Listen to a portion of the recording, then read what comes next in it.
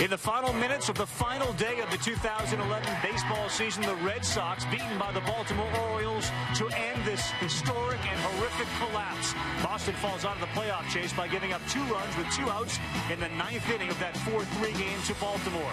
That 9-game slide caused major offseason moves. Bobby Valentine takes over as manager. Terry Francona out after 2 World Series titles.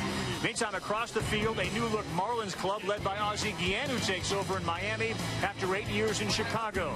And he's got a lot of new toys to play with, including a new ballpark and some new players like Reyes. It is a gorgeous day for some spring training baseball as the Marlins take on the Red Sox next.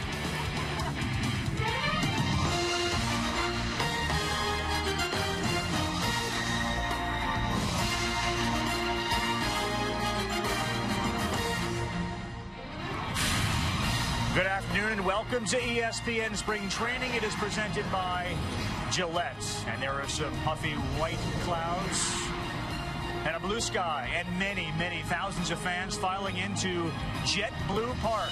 Fenway South, new home to the Boston Red Sox. They have been in Fort Myers for a long time, but this new ballpark looks and feels just like Fenway Park, from the left field green monster all the way down to the dimensions. And welcome everyone, the first of our 10 spring training games here. Delighted to be alongside Doug Glanville and John Kruk.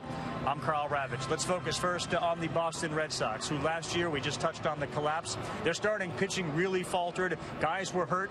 This season, they hope to have healthy players. Daniel Bard may be a starter as well. Yeah, that's going to be interesting to see what he can give them in the 4th starter. But to me, the important guy is Clay Buchholz, the number 3 starter. When he went down with injury, the Red Sox started to falter. He has to be that guy to man that 3rd hole behind Beckett and Lester. And the closer, Andrew Bailey. The physical gifts are there. We all know that. How does he handle the mental grind of pitching in the American League East against these great offenses every day? Andrew Bailey making his first appearance of the spring today. We'll see him and Josh Beckett starts. For the Miami Marlins, we don't want to say this is a World Series preview, but both the Red Sox and Marlins expect to play into the playoffs. Why does Miami feel that way? Well, they feel that way because of their 2 difference makers. I always think of Jose Reyes and I think of Josh Johnson. Reyes is the catalyst. He is the ultimate leadoff hitter, premier across the league, across the board statistically. And his ability to play with his hair on fire makes the difference. And they need that type of spark at the top of the lineup. Now you close it and you look at Josh Johnson, who's an ace pitcher. The question is he going to be healthy? He's recovering from injury that shut him down in May. And if he's able to regain that health, they have the ace they need to be competitive. A lot does depend on this team's health, and certainly we'll talk about Josh Johnson and the Red Sox as we continue. We'll also hear from several of the players during our game. The in-game interviews with both managers Bobby Valentine and Ozzie Guillen. The Marlins offseason moves will be put under the radar and the microscope, and we'll discuss the AL East. It's a lot more than just Boston and New York.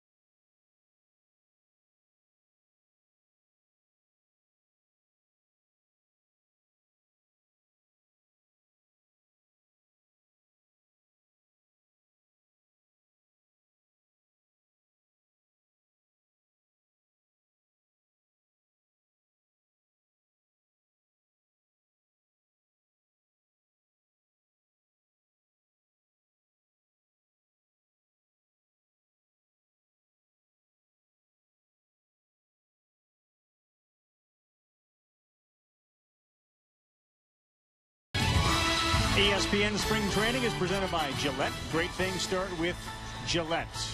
1,456 miles away from Fenway Park. The other mileages that are shown there to the Red Sox minor league teams, Pawtucket and Portland and others. What a day for baseball, as we are delighted here at ESPN to bring you the first of 10 games, starting with the Marlins and the Red Sox. You see Josh Beckett there warming up, and Ozzie Guillen, now always talking to the crowd, always addressing the people in the crowd. It's because he says he doesn't like to talk to his own team.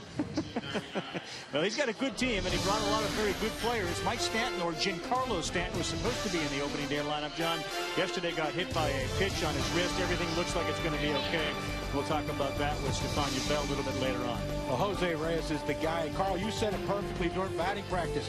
He adds something to this team that no other team has, that dynamic leadoff hitter who can score runs no matter what base he's on. He can also hit the ball out of the ballpark on occasion. He's going to help this team tremendously, both offense and defense. I don't think there's another player in baseball when Reyes is healthy that is equal to him. And there's Josh Beckett on the mound. This will be his third official appearance of the spring. So far he's been spotless, 5 scoreless innings. He's given up 3 hits, just a couple of walks, 30 pitches in his last outing, and they're attempting to go 3, maybe 4 innings depending on that pitch count.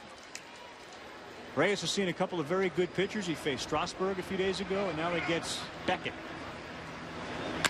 First pitch fastball, ground ball right to Adrian Gonzalez, and that will extend your appearance if you're Josh Beckett. He can go 5 now. But that's what Reyes brings. He's not going to be a guy who's going to take a ton of pitches. He's not going to work counts. He's up there, it's free swinging. Like I said, though, he gets a ball up in the air, he can hit it out of the ballpark. Yeah, and if it gets into the gap, and as you look at this ballpark, it has the dimensions that are exactly what Fenway Park saw. Emilio Bonifacio next in. Off-speed pitch for a ball.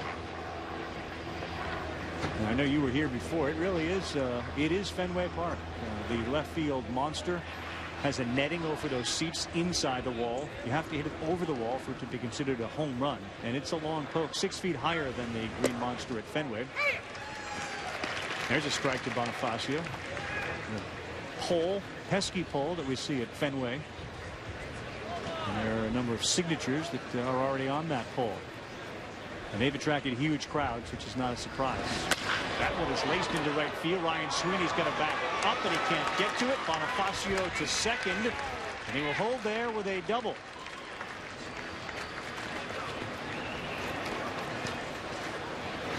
This is what the Miami Marlins are hoping, and Ozzie Guillen, is that Bonifacio can man that second spot behind Reyes, because you're talking about 2 dynamic players with great speed who can score from anywhere. Bonifacio right there at that big double. Now let's see if the scoring starts for the Marlins. Well, usually you'd see Hanley Ramirez and then Giancarlo Stanton, formerly Mike Stanton. Kind of have to remind people of that, I think. But that would be the 3-4 hitters here. Now it's Omar Infante. And for those new to spring training baseball, not all the players travel to every game. Try to bring as many to be a representative form of the team. And that's why Reyes is here, and Stanton was supposed to be. I talked to bench coach Joey Cora today about Infante, and he said this is one guy we can't afford to lose. He's the stabilizer. He said we have dynamic with Reyes and Bonifacio and Hanley Ramirez. He said and Stanton. He said we have those guys. He said we need steady. This is what Infante brings to this team, a steady influence in the clubhouse, but also on the field. Bonifacio, after that double, is off second. Behind in the count, 0-1 is Infante, and they look to throw to second. Bonifacio kind of crawled back in. It's spring training. New field, not used to the dirt. or spikes, wearing spikes. You don't wear them in the winter.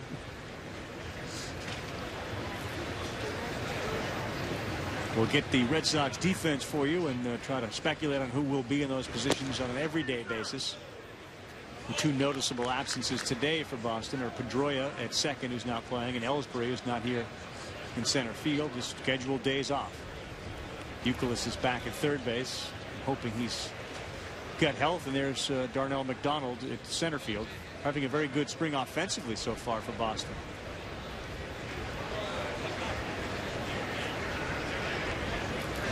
That one hit Infante, and he's going to go to first base, but down in some pain, and that's the one thing you want to avoid. This is now 2 days in a row that everyday players for the Marlins have been hit by pitches. Stanton yesterday and Infante now. You saw Beckett trying to come inside the first couple pitches to Infante and missing, and apparently that's the book on how to pitch to Infante, but that's not a good spot right there. I mean, he's just trying to come inside with the two-seamer, and it just gets away and hits him right in the rib cage.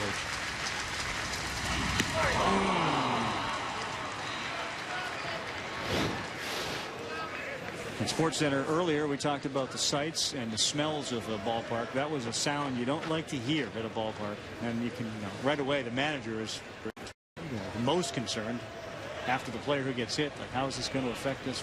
Yesterday, he thought Stanton broke his wrist. Yeah, he was for sure. He said as soon as I left my seat to go out there and see how he was, I knew his wrist was broken without a question. He said, but this guy got muscle over muscle on top of bone. He said, so it didn't hurt him that much. Now that just might be a case where Infante can't breathe right now, and then once the lungs fill back up with air, you're kind of okay. You're okay. It hurts, but you're okay. I'd just as soon be up here than yeah, it's a lot more fun. Waiting for that feeling to come back. For Beckett, though, not a great start. Obviously, the double and now a hit by pitch, and he had been very effective in his previous outings. And take a look at Josh, who started the season so well last year for Boston, and then, like the team, faltered down the stretch. Austin Kearns is up. Fastball misses down low. On these next three hitters for the Marlins, these are the interesting guys. Who's going to be their fourth outfielder? Kearns, Rowan, and Coghlan. None of them have stepped up and trying to take that position right now, and this is why they're here. They're trying to figure out which one's going to be that guy.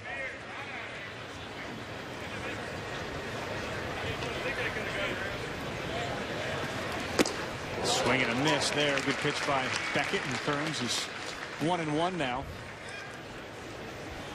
Remember a few years ago when Austin Kearns was with the Reds, he and Adam Dunn, they were like, wow, this is a nasty tandem here. Yeah, and he's had some injuries and bad years, and now it's let's see if I can keep my career going, basically, for he and Rowan.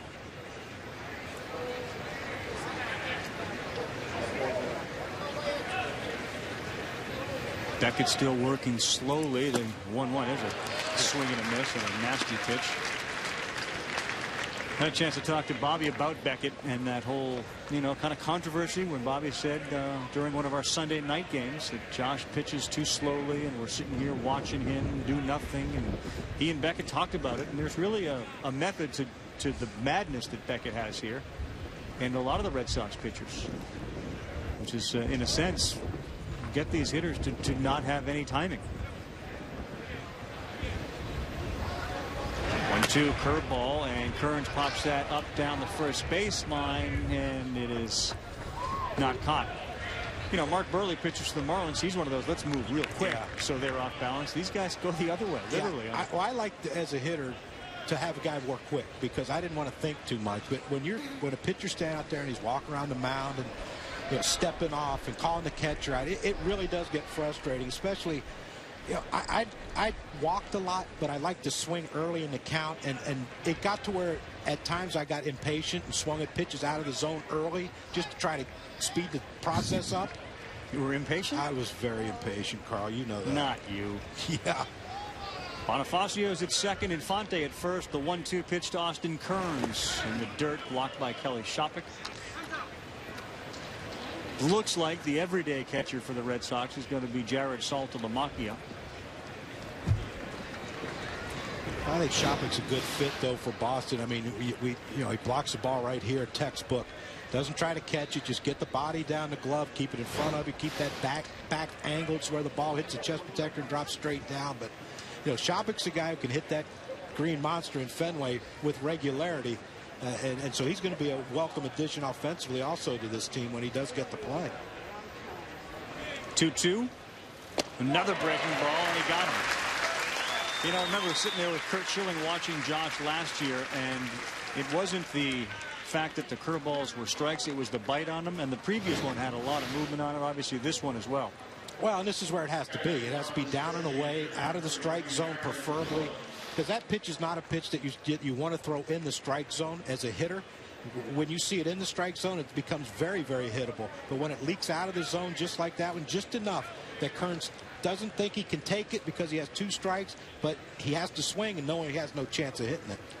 Aaron Rowand, longtime member of the Giants, has bounced around a little bit. There's another one that he didn't get in and then hit Aaron Rowand. So Beckett has hit 2 in the first inning.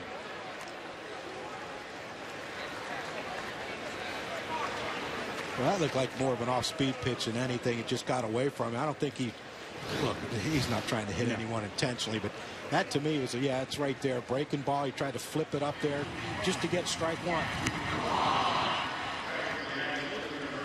So the bases are loaded with Miami Marlins. A double for Bonifacio, who's at third, and then Infante and Rowand have both been hit by pitches. This game started with a 1-pitch out to Jose Reyes.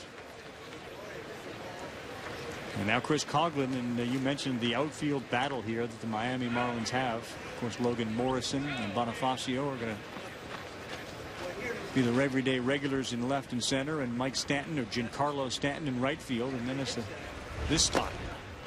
Another one blocked by Shopik. And for the people who are watching, John, how about a pitcher who's working on things? That they'll tell you after the game, yeah, the results, I was working on things. That's where my patience didn't come in, because we wanted to get him in and out and get quick, so we can get into hit. And when you have a guy who's flipping up breaking balls 2-0 and change ups 2-1 and getting behind hitters, but what are we doing here? I'm working on something. Yeah, you're working on us being bored to death. Throw it over the zone, throw it over the plate, and let him hit it. See what we can do. Yeah, we're not suggesting he's working on something, but a lot of times when pitchers don't throw strikes or miss, they are working on a new pitch. Well, that's why this whole spring training process is for pitchers only.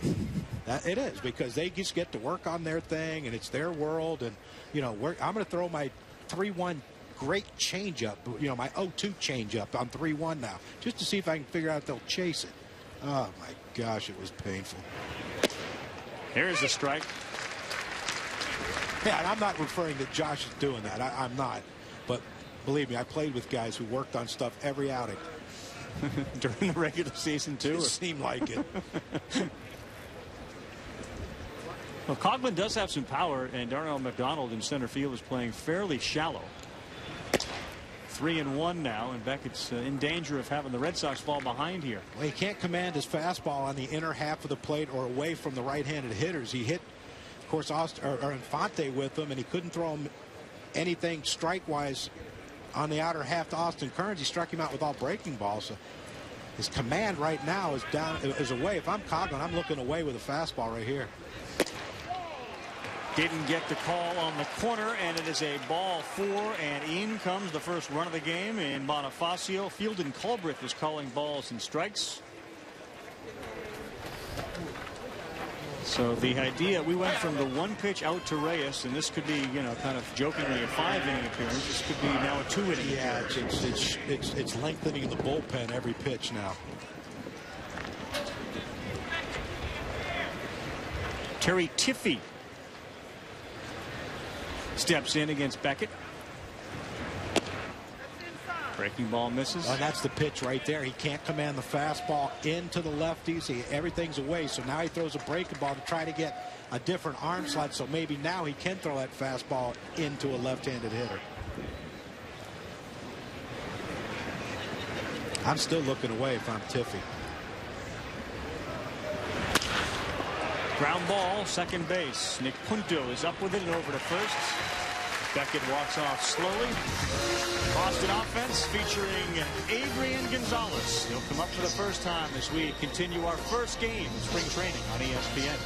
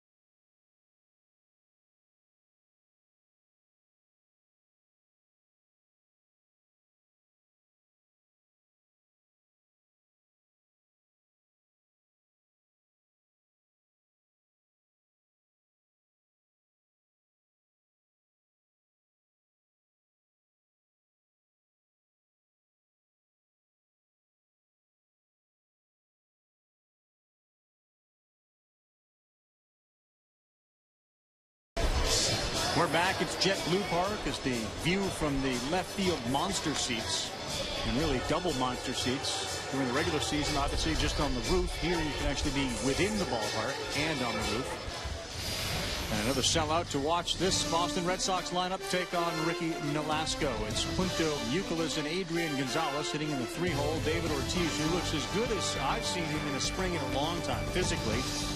Ryan Sweeney is out there in right field. Cody Ross, Kelly Shoppick, Darnell McDonald, and Michael Vilas at short. Well, Youkilis is the key to me. This guy is a guy that can work counts. He gets on base. He makes pitchers work.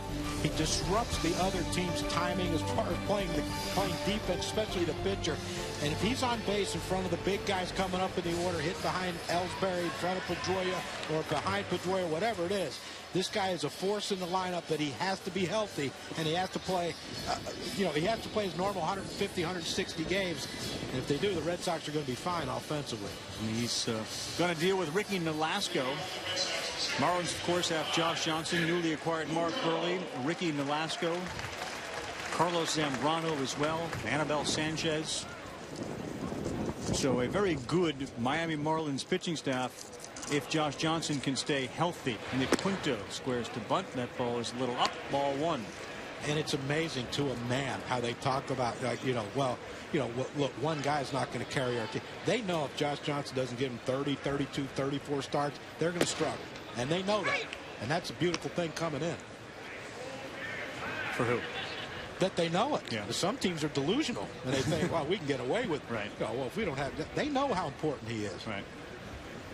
1-1. Quinto swings, and that one's out of play. Take a look at some of the numbers, and you certainly on Baseball Tonight have made this a point for Marlin fans that Josh Johnson, when he's good, is as good as anybody in baseball. It's the innings and completing games that you always point to. Yeah, you look at the guys who are the Hallidays and when Pedro was pitching and Schilling and the guys who finish games. Those are. You don't know how valuable that is, and when your number one guy is going out there and giving you at least 7, 8 innings preferably, or 9 every start, like Halliday does and Cliff Lee and guys like that, saves your bullpen. And that's what Josh Johnson has to. He has to me, if he wants to be considered one of the elite pitchers, he has to take that step. Well, we'll have Stefan Bell, our injury expert, join us in a little while to talk about how Josh Johnson changed his off-season workout routine and how he obviously hopes that it's going to pay dividends down the road. 2-2 to Punto. That ball driven back up the middle. Bonifacio, playing shallow, is there to catch it. The Miami Marlins defense, not the Florida Marlins, the Miami Marlins defense looks like this. And again, we told you how the outfield is going to be dramatically different once the season starts, at least with Lomo in left and Stanton in right. The middle of the infield is really good with Reyes and Infante. Hanley Ramirez is going to be over there at third base, and Gabby Sanchez will be playing first base as Kevin Youkilis looks at a first pitch strike.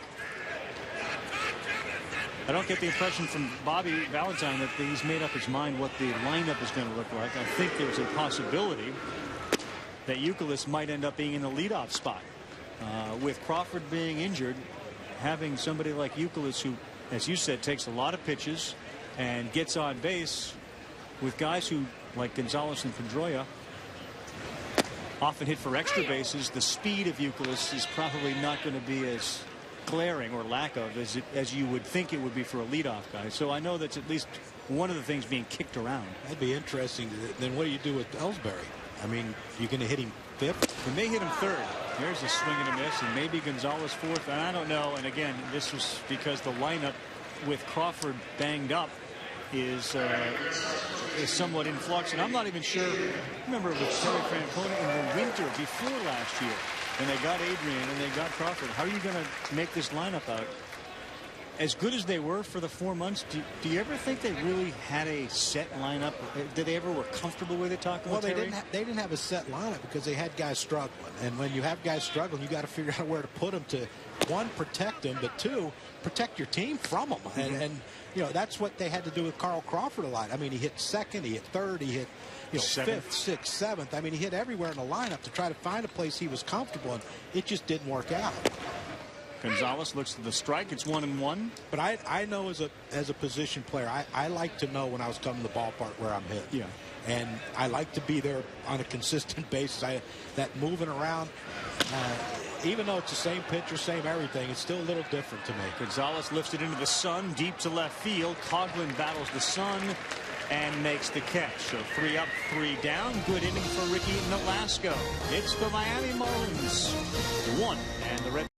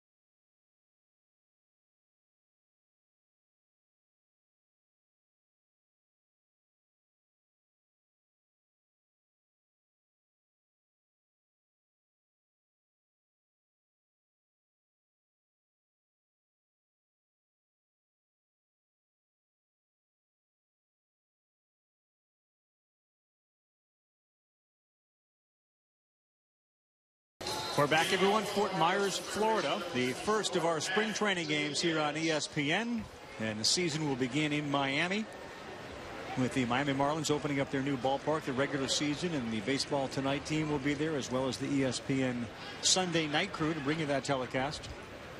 As Josh Beckett begins his work at the top of the second, having thrown 21 pitches in the first. And again, continues to struggle, at least with the first pitch, trying to locate that fastball. At least he got that one away from a right-handed hitter, which he couldn't do in the first inning. So whatever adjustment he made, so far it's worked. Matt Dominguez is the hitter, playing third base today. Kind of found his power stroke late last year. He was a very high draft pick in 2007, went 12th. He's got a great glove at third base. And is projected really to be an everyday player. Now with Hanley moving over to third, it presents some dilemma for Dominguez. Very big dilemma for Dominguez. Anytime they move one of the best shortstops in the league over to third and they're paying him a lot of money, your playing time dwindled significantly. Yeah. Here's a fastball that is in for a strike. 3-1. More relaxed crowd, because after the walks and the hit by pitches, a strike like that would get a much louder mock cheer in Boston than it does down here in Fort Myers. But another walk for Beckett. His second. Take a look at what Boston did during the offseason. All sorts of additions and subtractions, starting with Ben Cherington and Bobby Valentine. But his players, a new closer in Andrew Bailey. We'll see Mark Melanson today. Cody Ross and Ryan Sweeney are both playing. So is Kelly Shopik and Nick Punto. All the additions are actually in action. Papelbon, Reddick is gone. Starting off well for Oakland this spring. Jed Lowry, the shortstop. Marco Scudero, the shortstop. And the resignations of both Wakefield, or at least retirements of Wakefield and Veritek. So it's a very different team. There's some poor guys not here anymore. Yeah, but the new core took over. Yeah. And yep. You know, the year Ellsbury had, yep. You can't, you know, it's tough to not say he's one of the best players in the American League after what he did last year. Can he duplicate it? Who knows? I think he can. I think he's that good a player. Pedroia, we know what he brings to the table. Adrian Gonzalez is as good as anyone out there. The core is gone. Right. The old core is gone, but they got a new core. Avila's giving chase, but it's going to go about 8 rows deep on the third baseline, caught by a fan who came prepared for a play like that.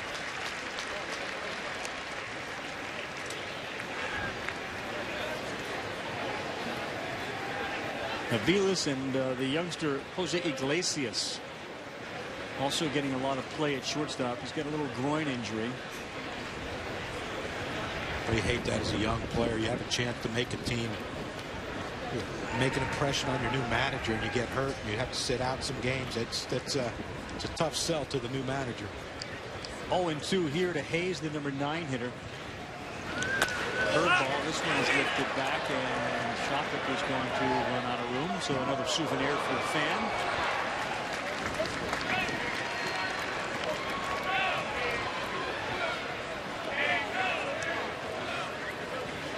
We'll talk to Bobby during the game. What do you think? What do you think he thinks about during most of these games? Like, what do you think he was thinking about there? The pitch from Beckett, or the fan that caught the ball? Yeah, the location, and the fan. Yeah, he's all encompassing. He thinks about everything. 30th pitch nearly got Hayes. That's that one. He can't get it. An arm slot issue? Yeah, I mean, he got him away to Dominguez, but he got him too far away and walked him on pitches away. It could be anything. It could be arm slot. It could be, you know, how the catcher sets up. Sometimes, pitchers have issues with that. There's a strike throw down. Gonzalez scoops it, and back safely is Dominguez, but the strikeout for Hayes. Well, when you talk about that catcher, that's an interesting one, because I know that Beckett and Lester and Buchholz, all the pitchers were very big fans of throwing to Varitek. And he's not around anymore. Well, and, you know, we work with Kurt Schilling, and Kurt was a fan of throwing to Jason Varitek also. And that is a big issue. You know, that's why you hear a lot of people say, you know, offensively, whatever he gives us, put the right fingers down and make the plays behind the plate. And that's what Jason Varitek did. And he still was a pretty good hitter. He wasn't a slouch at the plate either, but it is a new thing. And when these pitchers, especially a guy like Kelly Shopik right now and Josh Beckett, they try to figure themselves out too. And, you know, the pitcher-catch relationship is such a dynamic that if they're not on the same page, it could be a disaster for 9 innings. 0-1 to Reyes outside, 1-1. Take a look at the gap in right center field that Jose has got to enjoy between Darnell McDonald and Ryan Sweeney. That, you know, if you get it out to that 420 and he's running healthy, that's an inside the park home run. Well, unless Dominguez slows him up at first. There is no passing lane on the base pass. They don't have one of those. No. Reyes grounded out on 1 pitch to lead off the game.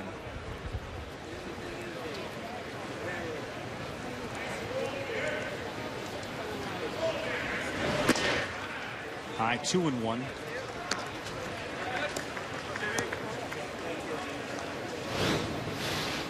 Watch Reyes. This is what the pitchers want to do. They want to get that hitter right into that moment and try to throw the ball. Well, you see Jose too.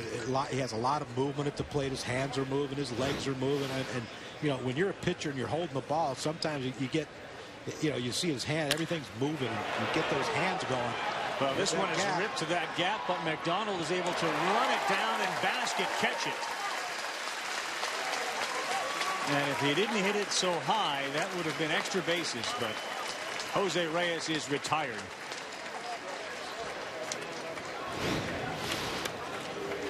Well, these are tough plays in Florida. You know, I don't know if the sky's any higher here than it is in Boston, but everyone talks about the high sky. It's just brighter. Everything's brighter here in Florida. When you're running, looking up in that bright sky, trying to find that ball on the run, whoever invented the sunglasses to wear the whole game is a genius. We had those flip buds. We started running, man. You try to flip them things down, I lost everything. You're doing way too many things at once. And you had to wear them because that was your excuse if you dropped one in the sun. Well, I had my glasses on. Emilio Bonifacio had a double over the head of Ryan Sweeney. This one on the ground, and Gonzalez very good in the field, makes the play. Bonifacio has retired. The Red Sox are trailing and coming up in the bottom of the second.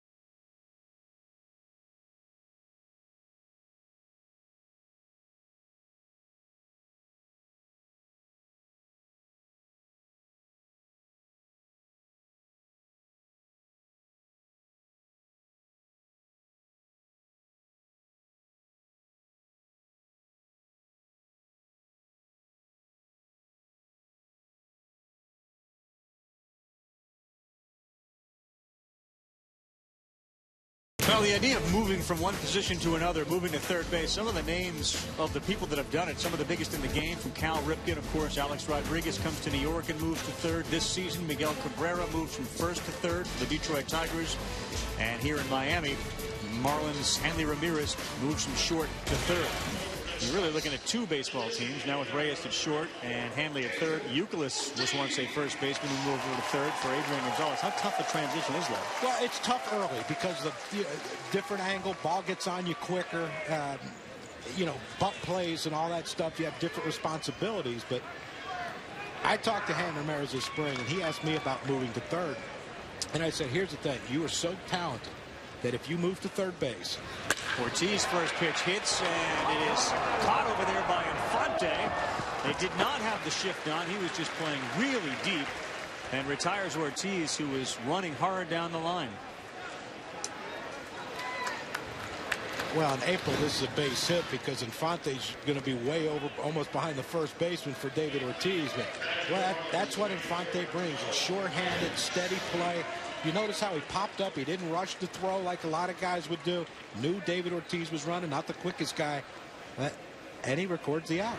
Back to Ryan Sweeting and that thought about moving to third base. Yeah, and I asked Hanley, he said, what do you think? I said, look, here's the deal.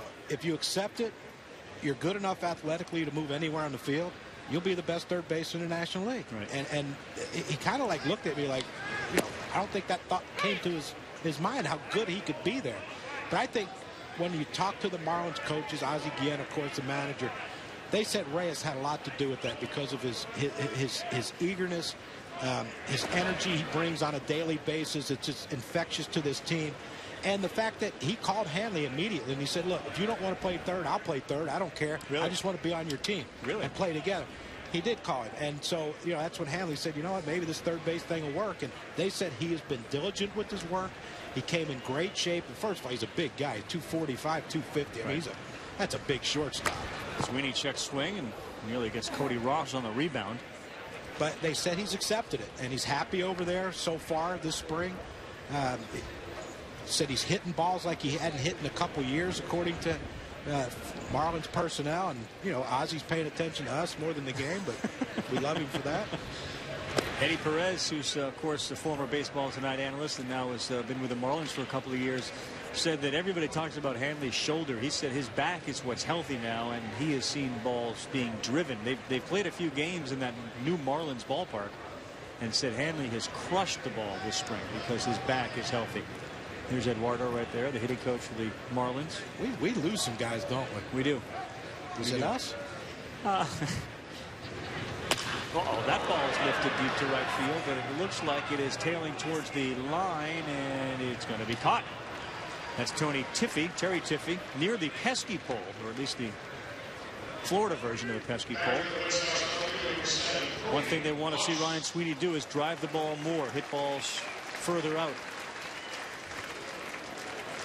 Kearns is in right. He made the catch. Tiffy's at first.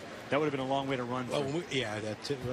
Hey, most first basemen have that range, but he decided to let Kearns get it. But yeah, they think Sweeney could be a guy that, you know, with ample playing time could possibly hit him 20, 25 homers in Fenway. But what do you think about this? Cody Ross playing where there's a monster in left, where he is a pull hitter. Can he be sort of Jason Bay-like? Well, Bobby was excited about him. He said, "What do you think about Cody Ross?" I said, "I love Cody Ross. I think he's a good player." He said, "Boy, I tell you what," he said, "he can hook some balls on that monster." Right. He said, "It's either 6'3", 5'3", or a double off the wall." I said, "Well, you need to get him swinging up a little more so you can get that ball in the air." But he's excited about having Cody Ross playing, 81 games in Fenway. Well, this one is sky high, and everybody in the infield is coming for it. Infante is calling everybody off, and he makes the play. So a couple of outs by Omar Infante there, and a great one to start things off. Red Sox not hitting the ball too well. Velasco very successful through 2.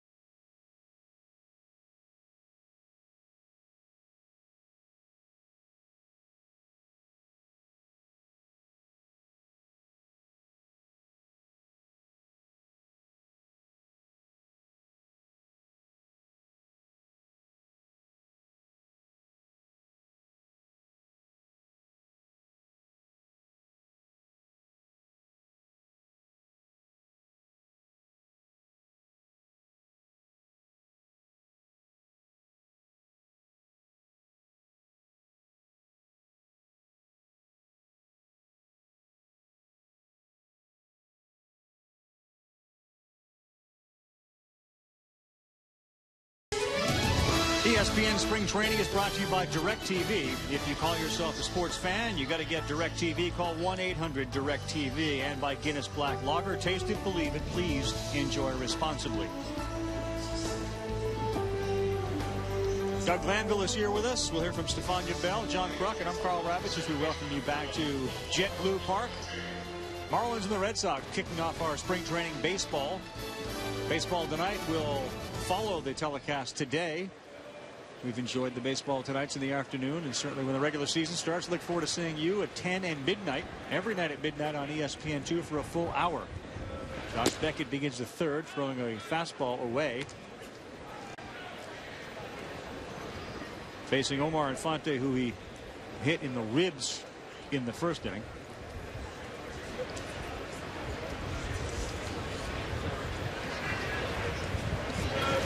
Here's a swing and a miss. This is a Miami Marlins ball team that last year, John, finished 72-90. They were 30 games out, and the NL East hasn't gotten any easier. You know, they've gotten better, but the division is tough. Yeah, and when Josh Johnson went down in May, like Doug talked about in the open, you know, that's when basically things went downhill for the Miami Marlins, Florida Marlins last year. But yeah, they need that ace. They have to have that guy giving them 30 starts, and it gives them a chance. Vilas over there at shortstop gets it and throws quickly, and 1 man up, 1 man down. I want to remind everybody our next game is going to be Wednesday. Get a chance to see the Mets and the Tigers will be in Lakeland, Florida. Major League Baseball spring training game presented by Gillette on ESPN. A half hour earlier than today's start. We'll be on at 1 o'clock Eastern time. Maybe see Miguel Cabrera playing third base. Prince Fielder as well. And obviously Prince. His ranks as he's the newest member of the Tigers. The 200 home runs, the RBIs, the on-base percentage. Changes the entire complexion of the AL Central, the AL, and certainly the Tigers.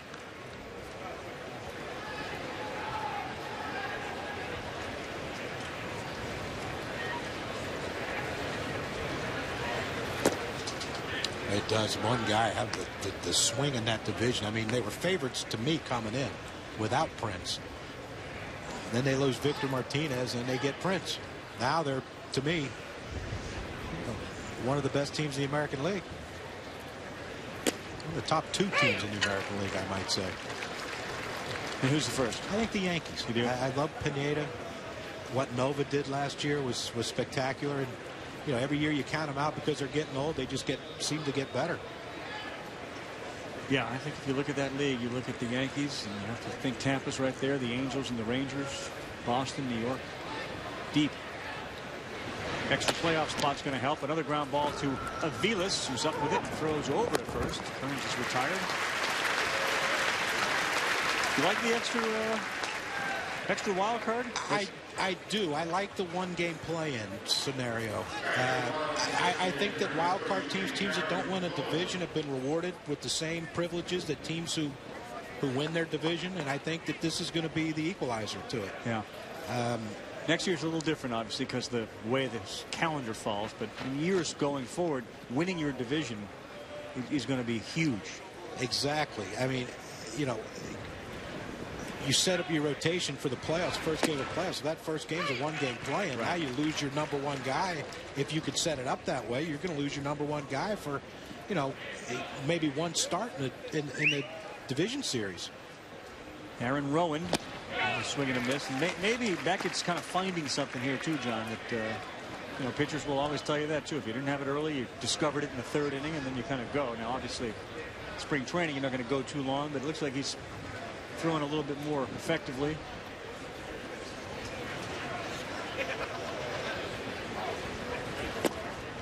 Rowan swings and misses. A 1-2-3 inning for Josh Beckett. A lot better than the previous 2. And while the Red Sox come off the field and the Marlins go back on the field, we're going to have an opportunity to talk with the manager of the Marlins. That's Ozzie Guillen, who, of course, has been front and center when it comes to the changes that the Miami Marlins made. They have new players in Jose Reyes, Mark Burley, of course. Hanley moves over to third base. And the Miami Marlins Park is set to open. We're going to be there. Looking forward to seeing that. There have been some games played there as well.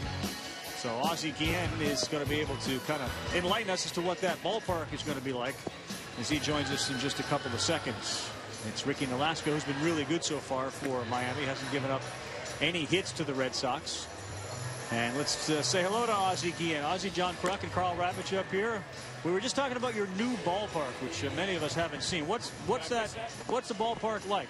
Oh, it's very nice. I hope we play the way the ballpark look. Certainly, you know, we play a couple games out there. Very impressive. You know what I mean? Hopefully we play good baseball games out there and make sure we bring a lot of fans. We keep hearing about Hitters Park, close the roof, Pitchers Park. What do you make of that stuff? Well, I don't know yet because only we played a few games there. The roof it was closed, and he played pretty fair. I think I'm the type of manager I like to see a lot of good pitching and pretty close games. if we open the roof and the ball's flying, the roof will be closed. I'm sure. But we saw Infante get hit by a pitch, and I know yesterday Stanton got hit by a pitch. You're going to suit him up in a suit of armor out here? It's a little dangerous the last couple days. For well, right now it's early in spring training. I think a lot of guys know how to control they should have. The thing happen during the season is a different thing. But right now, I know they try pitching and. They're not locating the ball very well. Ozzie, everyone talks about the move to Hanley Ramirez. We've talked about it at length, but you've had a few weeks now to see it up close and personal. How's Hanley handling third base? The best thing happened in spring training is see J.J. Johnson in the mound and Hanley Ramirez with a smile on his face. Hanley having a lot of fun, playing well, hit the ball well. He's playing tremendous third base. You got to take a little while to get used to. We're not going to say we're going to have a Gold Glove third baseman in 1 week. But I think this guy got a chance to be a Gold Glove in maybe a few years coming up, and I expect Hanley to have a career year, and so far it's been very, very, very, very good. You've won World Series, Ozzie. You've had staffs that have aces on them. I know you wanted to bring Burley in, but I've never heard a team who seems to, at least in the minds of the media members, say that Josh Johnson's success and health is most important. I don't know there's another pitcher who's sort of put under the microscope or has that pressure than your guy Johnson does. Do you agree with that? Well, it's not that. I think this guy one of the premier pitchers in the game when he's on the mound healthy. I never see him pitch, but I hear a lot of great things about it. But he's the glue of this ball club, and he's the glue of the pitching staff. And meanwhile, we got people step up. We got to watch him very close, make sure we don't overuse him, but hopefully stay in the mound for us for a long time. You got to be impressed with Nolasco, what he's doing in this game so far, huh? Nolasco throw the ball very well. I think, I don't know how we can play. We play pretty good spring training. I think we pitch him very good. That's very important. And everybody go out there. He got the job done so far. It's Darnell McDonald who's up now, and Nolasco square to bunt, and he misses it. So I'm sitting down there in the field with you, Ozzie and John, and you making fun of Eduardo Perez for giving up his ESPN job. Why in the world did you give it up? You could have been with us. My English is not that well. Believe me, I think Eduardo picked the wrong job. He was having a great job there. Now I have to deal with all this stuff. But, it's been great. I think our coaching staff is very young. I think our coaching staff very hungry, very optimistic. The longer they work for me, they'll be okay. Hey, you told us that if anybody other than Mike Stanton or Giancarlo Stanton got hit by that pitch yesterday, they would have had a broken wrist. It's one guy I don't want to fight with. This kid, he's pretty good. He never even look at him. We went check out in the training room. Like nothing happened. I'm being this game for a little while. If you get hit by a pitch like that, you'll be rolling on the ground for hours. And he like nothing, like it was a fly, like nothing. Yeah, it's unbelievable. I'm telling you, if anybody was in the game watching it, he was pretty impressed. Tell us a little bit about the bullpen, because we've talked a lot about the offense and your starting staff. Tell us about your bullpen and what you think. Well, I always say, you got a great, good starting pitchers.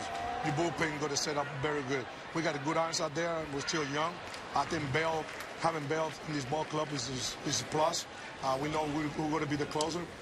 There's a very good young arms out there. And the keys to get to Bell. If Bell do what he's supposed to do day in, day out, I'm pretty sure we're going to be a lot of fun.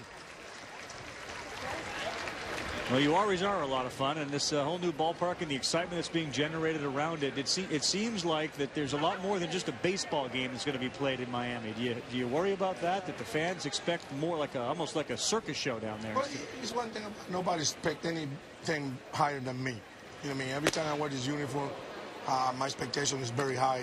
It's personal problems. I want to win. I feel for a lot of time, but in the meanwhile, like I said earlier, I don't want people to go to the watch the Marlins just to see the ballpark. I wanted to go to the game and watch this ball club play.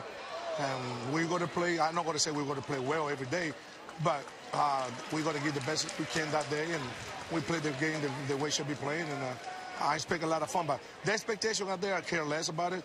My expectation is higher than anybody out there. Right.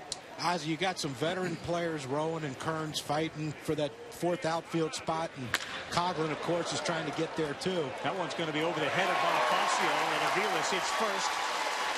He goes into second. He's going to head for third, and he is going to be standing up with a triple, a line shot over the head of Bonifacio in the first hit for Boston. Well, about the question, they're fighting. I think we need a right-hander off the bench. Those two guys have played them a lot. You can see most of the game they play together. 4 and 5th. Make sure we see those two guys together. See how that works. You know what I mean? And so far, you know, it's still early in the camp. And they really don't have a camp. We expect that to have. Hopefully they break out and start playing better.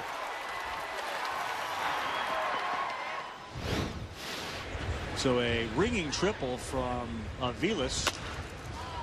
Swing and foul back. When you, Ozzie, look at the guys that are at least dinged up now, Gabby Sanchez, Logan Morrison, you expect them all to be okay once the season starts, or are we looking at some not maybe being there until? No, I expect everybody to be back in next week. Good. You know what I mean? I think that's a minor injuries is not a big deal, but in the meanwhile, they're not in the lineup to prevent that don't get worse. But I expect everybody to be ready opening day. Okay. Punto with the man on third, squared. And what do you think about the manager in the other dugout? You got a chance to work with him. What does Bobby bring to a team? We still have a job. Hey, listen, I think Bobby's a lot of people is different. I think I talked to a couple guys in the Boston Red Sox. They're very happy about it. They're playing very well in spring training.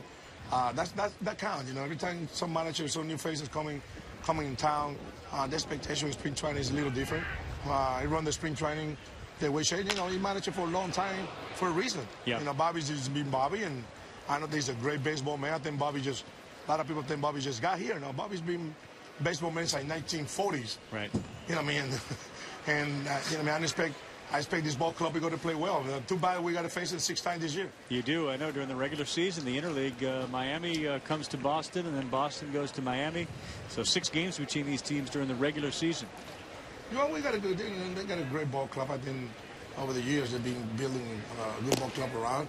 So do we. You know what I mean? I like to compete against the best. You know? Yeah. When you compete against the best, you can find out how good your team, your ball club going to play. Well, you left the AL Central where Verlander and the Tigers were. Now you only have the Phillies and the Braves and the the Nationals who are coming a little bit to worry about. Hey, listen, you know what I mean? Bring it. You know what I mean? I think we got a good ball club. I got a lot of respect for them. You know what I mean?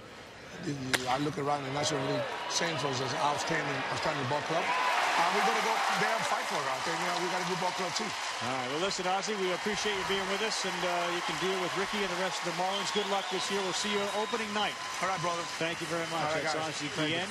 Nick Punto is double down the line and left. Plates the first run of the game. That's Micah Vilas, and set for the Red Sox, so it's 1-1. That's what Nick has to do. He's not going to hit a lot of home runs. He has to hit the ball the other way. And, you know, the telling thing, getting back to Ozzie, with talking to Joey Cora, his bench coach, has been with him in Chicago, and, of course, Ozzie brought him here to Miami. Joey said, he said, we're worried that we peaked too soon. He said, we have young players. He said, when we were with the White Sox, he said, I don't think we won 5 games all spring in any year they were there. And they've already won 5 here. Youkilis lifts this one to shallow left center field. Bonifacio is way over in left, but it was caught by Coghlan. So, again, Ozzie Guillen, we appreciate him joining us. His team is down. Well, there one there, but it's 1-1 as we go to the 4th here in Fort Myers. In the show.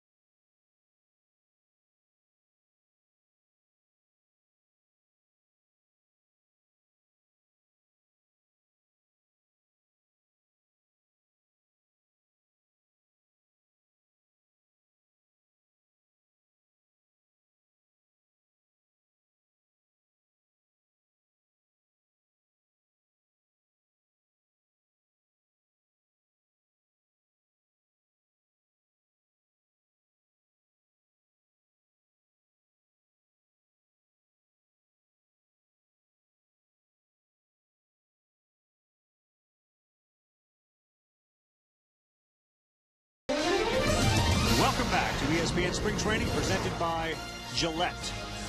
With John Kruk, I'm Carl Ravitch. What a day. Krucky, you live down here, so you're used to this. But this is for those of us in the Northeast. Not that it's been really cold this winter. We'll take 80 degrees, partly cloudy skies. Is this every day, huh? It has been, yes. Wow. It's been a beautiful winter. A little warmer than normal, but yeah, it's been fantastic. A little breezy, though. It hurts the golf ball a little bit. Right. But we've got baseball here today. Yes, we are. I forgot. And being on that roof, I'm not sure you're really in too much danger of getting a ball unless the wind shifts. That's a poke out there. Tell you what, watching BP, the ball was flying that way, but the wind has shifted a little bit since the game started, and now it's going to take a strong man to hit it up there. Josh Beckett is back for his 4th inning of work. You see the wind really blowing in from right across the diamond.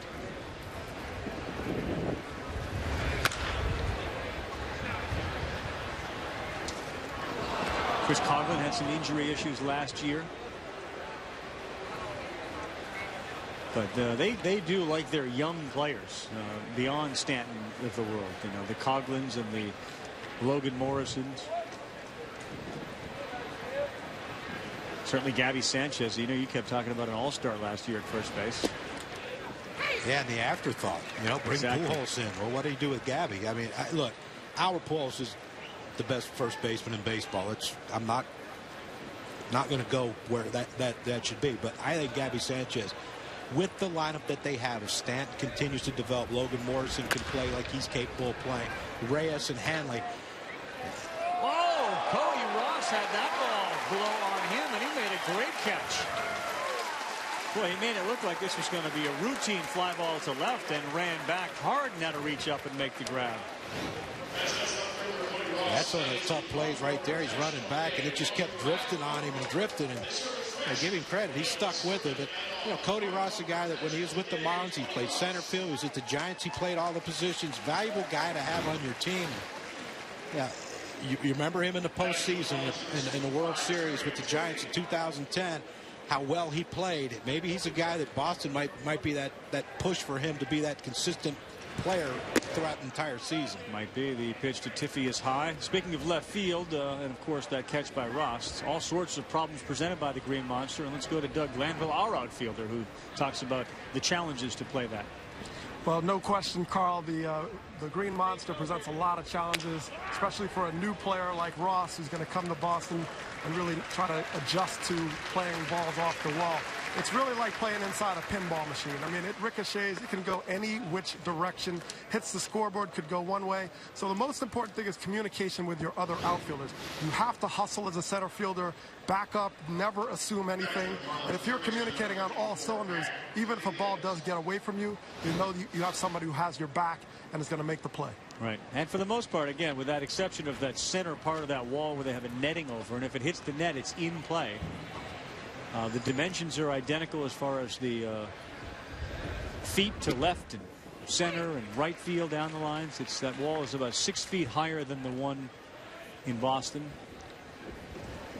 But other than that, it is a replica.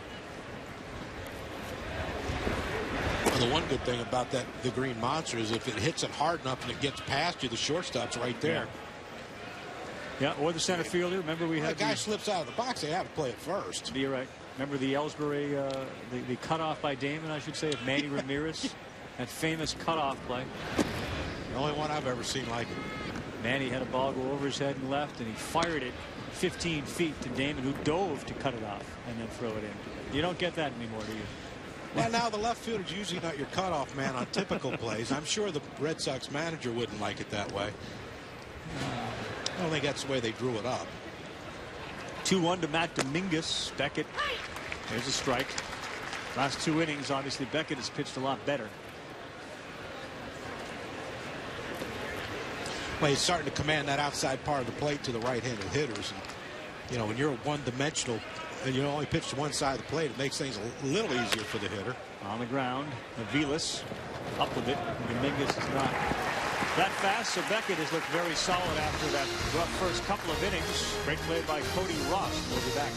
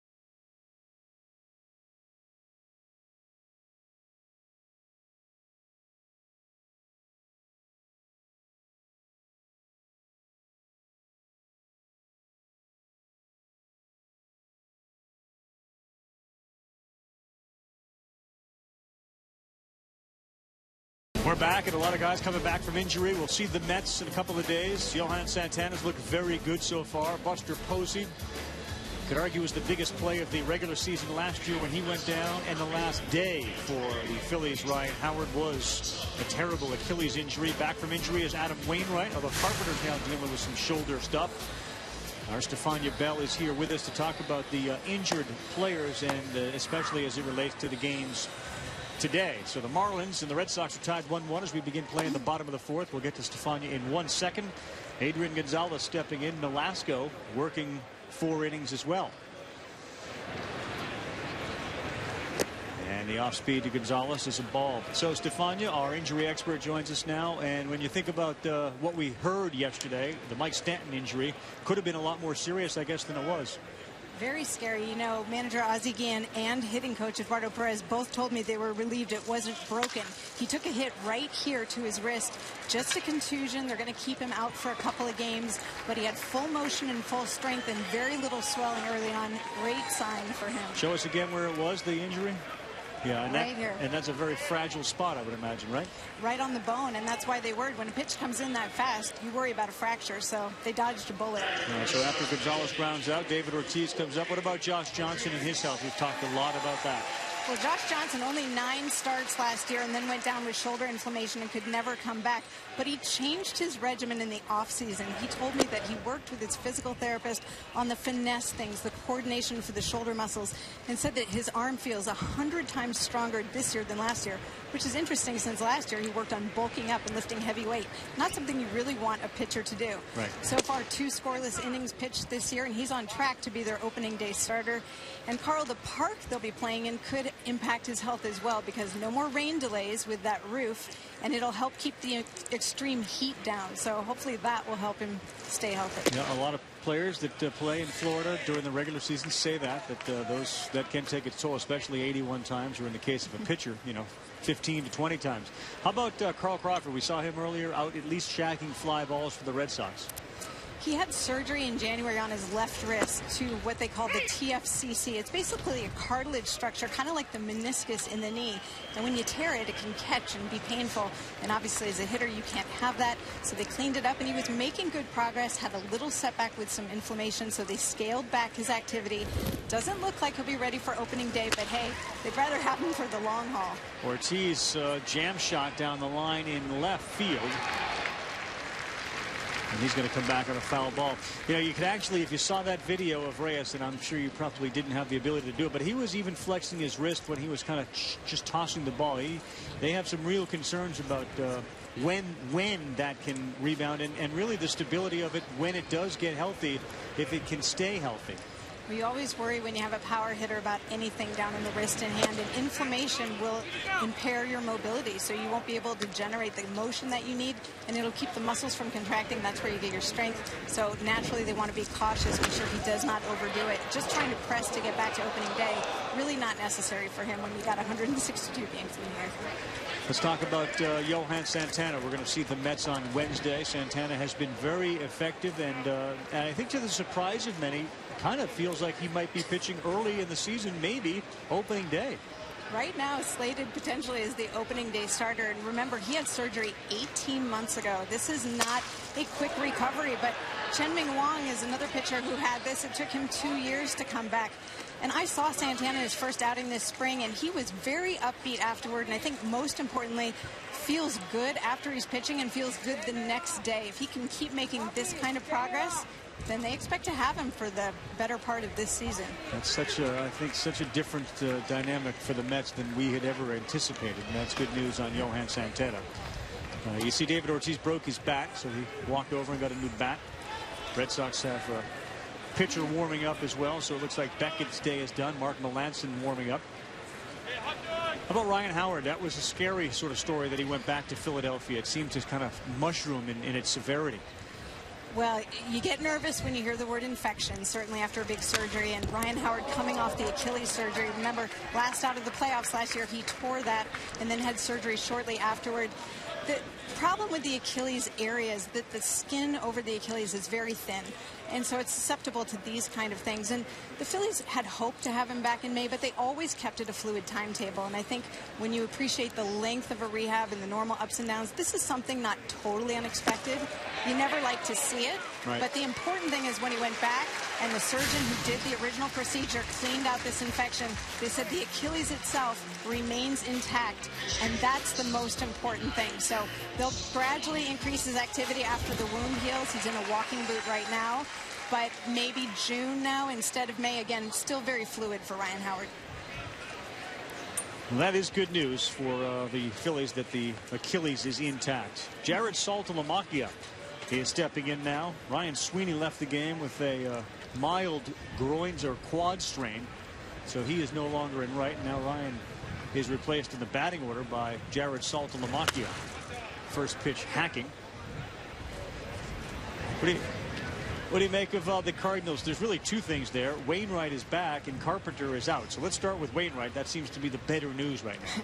Coming off Tommy John surgery, and we see so many of these that the result is pretty predictable, and that's a positive thing. We expect guys to come back strong, and he had surgery last February. He's on track, had his first outing, and he said it felt like business as usual. He felt like his old self out there, and the Cardinals have to be happy to hear that. As you mentioned, Chris Carpenter dealing with a bulging disc in his neck, something he's had before, but again, this is going to pull him out, potentially make him not available for opening day. So they're encouraged by Wainwright's positive steps and just hoping Carpenter can get back on track shortly. All right, our injury expert, Stefania Bell, providing updates all season long and in every sport. We appreciate you being with us today. Thank you, Carl. So Nolasco continues to work here. Ortiz had a good at bat where he fouled a bunch off and able to get a walk. Real good at bat. He had some great swings on pitches, and he laid off that one high in the zone. That's a good start to the season. If you can take those at bats into the season where you've seen the ball that well, you can lay off tough pitches and have some good swings. I'm sure he'd like to put a couple of them in play. Saltalamacchia does. This one to right field. Ortiz running hard and going to third. Saltalamacchia stays at first. That's an example of David Ortiz's improved conditioning. Never hesitated. And I think, we're talking spring training, John. There have been years in the past where that we'd stop at second base. Carl, the ground ball he hit to Infante the first at bat, he ran hard and almost beat the play at first base. But, Saltalamacchia, look, a year under his belt in Boston, he has to be more comfortable knowing he's the everyday player. But watch David Ortiz right here. Good base running, good instincts. He takes off as soon as the ball's hit. He knows the right fielder turns, can't make the play. No hesitation around second. Pulls into third easily with my buddy Jerry Royster there coaching. You and Jerry have a history, huh? We had a lot of fun together in San Diego. Yeah. Back in the day. Ricky Nolasco is out. Chad Godin has come on to pitch. It will continue from Fort Myers, spring training baseball.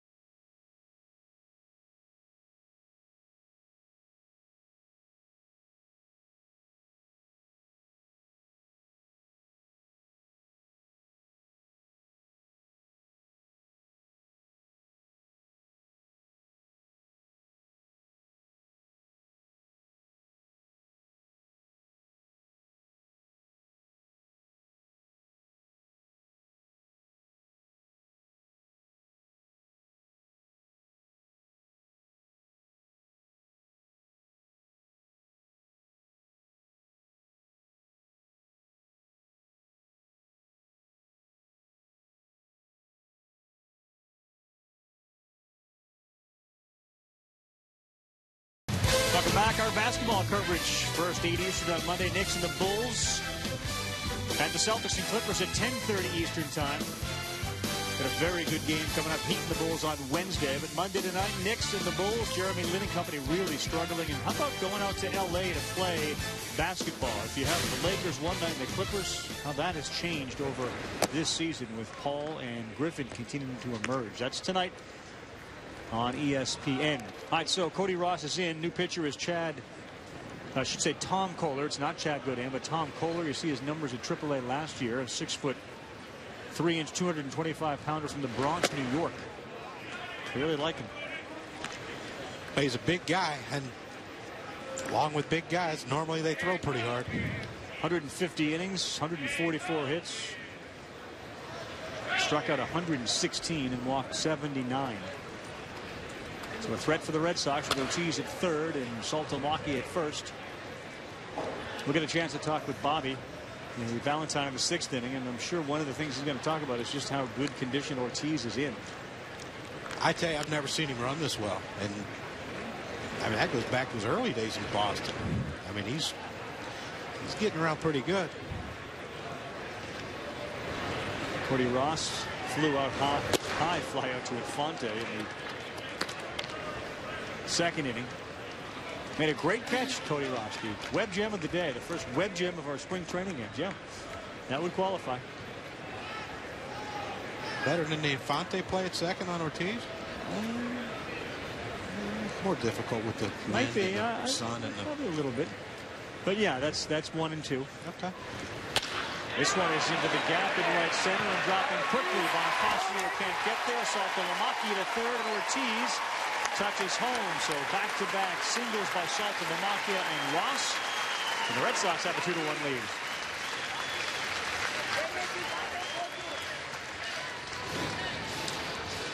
Oh, I know Bobby is stressed running the bases and running them correctly. And Ortiz goes first to third on a single by Saltamaki. Now Saltamaki goes first and third. And these aren't the burners on this team. But, you know, in the American League East, they say if you don't hit home runs, you can't win. But if you don't run the bases well, you're not going to score a lot of runs either against the great pitching that's in that division.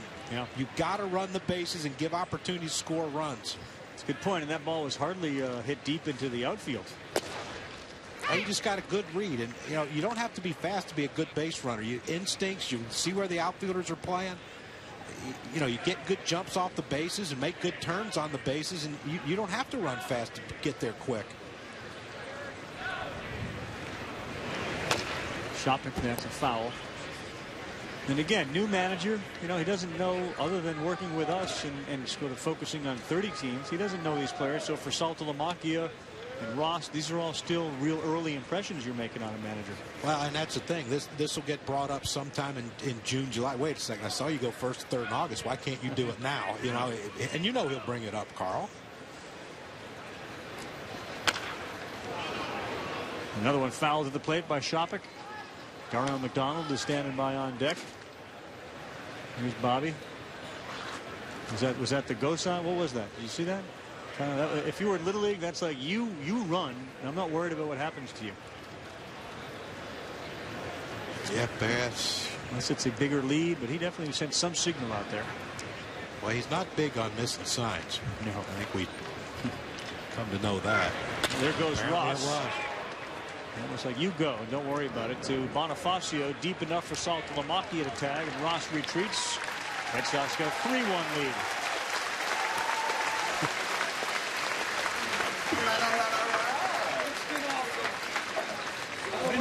And that's all set up. A good base run by Saltamaki right there. You get a pop up to center or fly ball to center field. It's not an at bat for Shopping and an RBI. Now a 3-1 lead. That's, you know, is that going to be Boston Red Sox baseball? Speed, use your legs. Let's forget about the home run. Probably not, but if you can add it to, you know, that could be page 42 of the offensive manual. Better than not have it be a page, right? No matter what team you're on. If you can add that speed element or that base running element, that's what isn't that what the Cincinnati Reds did for the last 2 years? I mean, they learned how to run the bases. They were first and third on everything. And in that ballpark where everyone's a home run threat, and you run the bases, you score runs. It's really a simple thing. It doesn't matter how big a guy you are, and, you know, hey, I'm a 40 homer guy, I'll be station to station. No, go first to third and help your team. And that's what Ortiz did, and that's what Saltalamacchia did.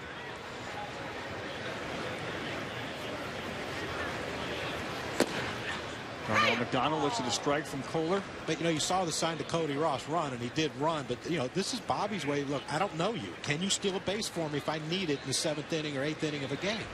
You know, can you? And he wants to find out. Now, look, big guy, slow to the plate. Why not take off? Darnell hits this one sky high. The fans are waiting for it, and the incoming takes a big hop here. And no one wanted that one. Fort Myers is a hot baseball spring training hotbed with the Minnesota Twins. Used to have that city of Palms Park with the Red Sox. Minnesota's still here, and now Boston's got their own new facility. This place is spectacular. The clubhouse, the football field that they do their conditioning and agility drills on, which I don't know if I'd ever seen that. Picked off at first is Cody Ross. And that will end this inning.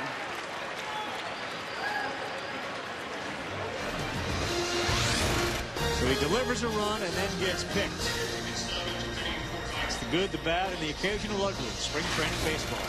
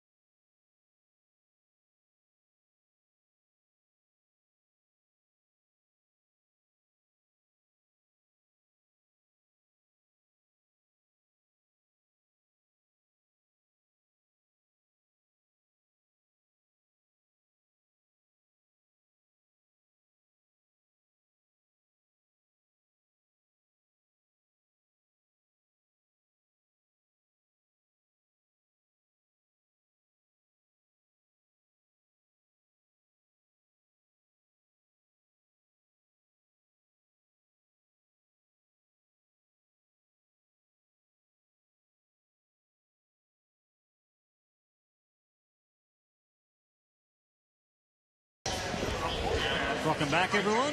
Some fans enjoying the game on the grass. We want to let you know that MLB.tv is baseball everywhere. 100 out-of-market games live per week on your favorite devices. Visit MLB.tv for details. Seats on the grass between the wall in right field and then the bleachers which are out there. Every spring training facility likes to have places where fans can sit on the grass and enjoy the game. We're in the top of the 5th. Another new pitcher now for the Red Sox is Mark Melancon, who came over in that deal for Jed Lowry and Kyle Weiland. You know, Boston didn't have those big, splashy moves, and for a while neither did the Yankees until the Pineda and Kuroda moves were made. But Melancon is a bullpen guy that they believe can be a very effective pitcher. Big guy. Big guy, throws really hard, had good numbers last year with Houston. And if he can be that bridge to allow Bart to start and be the 4th starter, be that bridge to the 7th and 8th inning to get to Bailey, then they're cooking. Then you're cooking. This is Brett Hayes batting, and Gerald Saltalamacchia takes over behind the plate. Josh Kroger has moved into right field. Still Youkilis, Aviles, Punto, and Gonzalez around the infield, with Darnell McDonald in center field and Cody Ross out there in left. Adrian dining on some sunflower seeds. Did you have sunflower seeds in your pocket during the game? Yes. You did? Yeah. Among other things, but mostly sunflower seeds, yeah. Did you have bigger pockets than others because you had other things in there, or just regulation pockets? Well, I had 2 pockets. So they both were one full. seeds, one, sometimes pitching changes. First of all, you have to remember, I played with some bad pitching staff, so there were some pitching changes. Yeah. And you didn't like that. You made that 2 clear. or 3 hours into it, you get kind of hungry. Right. Really? It took 2 or 3 hours for you to get hungry, or really? Well, because I ate right before the game. Okay. Because I've been around. There's usually not a 2 to 3 hour window. Well, you have to remember, I was back in my prime then. A lot better condition than I am now. Well, the machine needs to get fed. It does. You got to put gas in the machine. The tank needs the gas. Yep.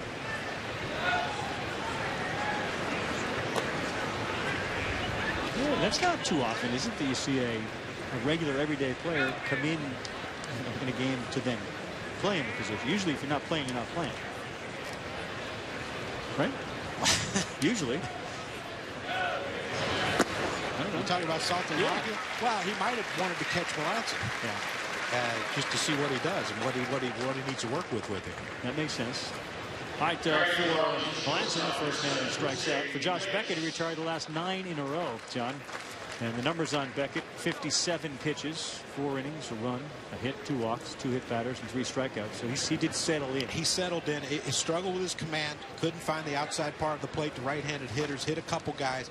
But that's what the difference between a really good pitcher and an average pitcher. An average pitcher would have probably given up 3 or 4 runs. He gave up 1.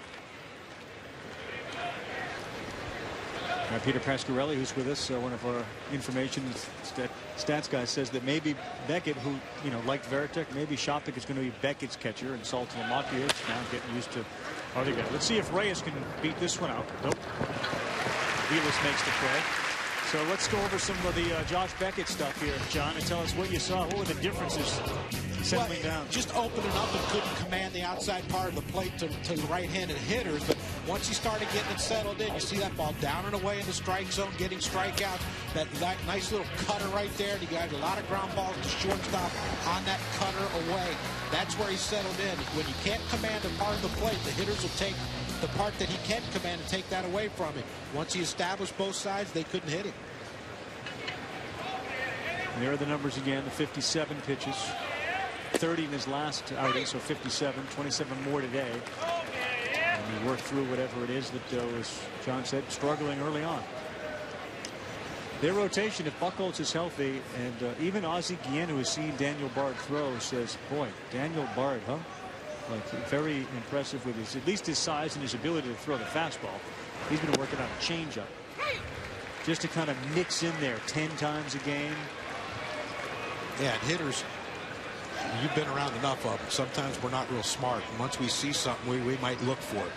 Even though you can't hit it, but we'll look for it. And so if he can show a changeup and just let the hitter know, hey, I have this pitch somewhere. You don't know when, but somewhere. Now you have another weapon to go with your unbelievable fastball and slider. So 2 bat boys sitting down the third base line. Thank goodness there's a fence, a cage right in front of him. That went right off that cage. Well, normally spring training, the coaches and everyone sat out there on folding chairs for some inexplicable reason. And I think, sadly what happened to Luis Salazar last year, and other players getting hit with balls, let's move these guys back in the dugout in safety and put some netting up. Melanson throws right over the top, and he gets 3 up and 3 down. Remember, if Reyes is done for the day, Bonifacio looks like he might be staying. We'll be back.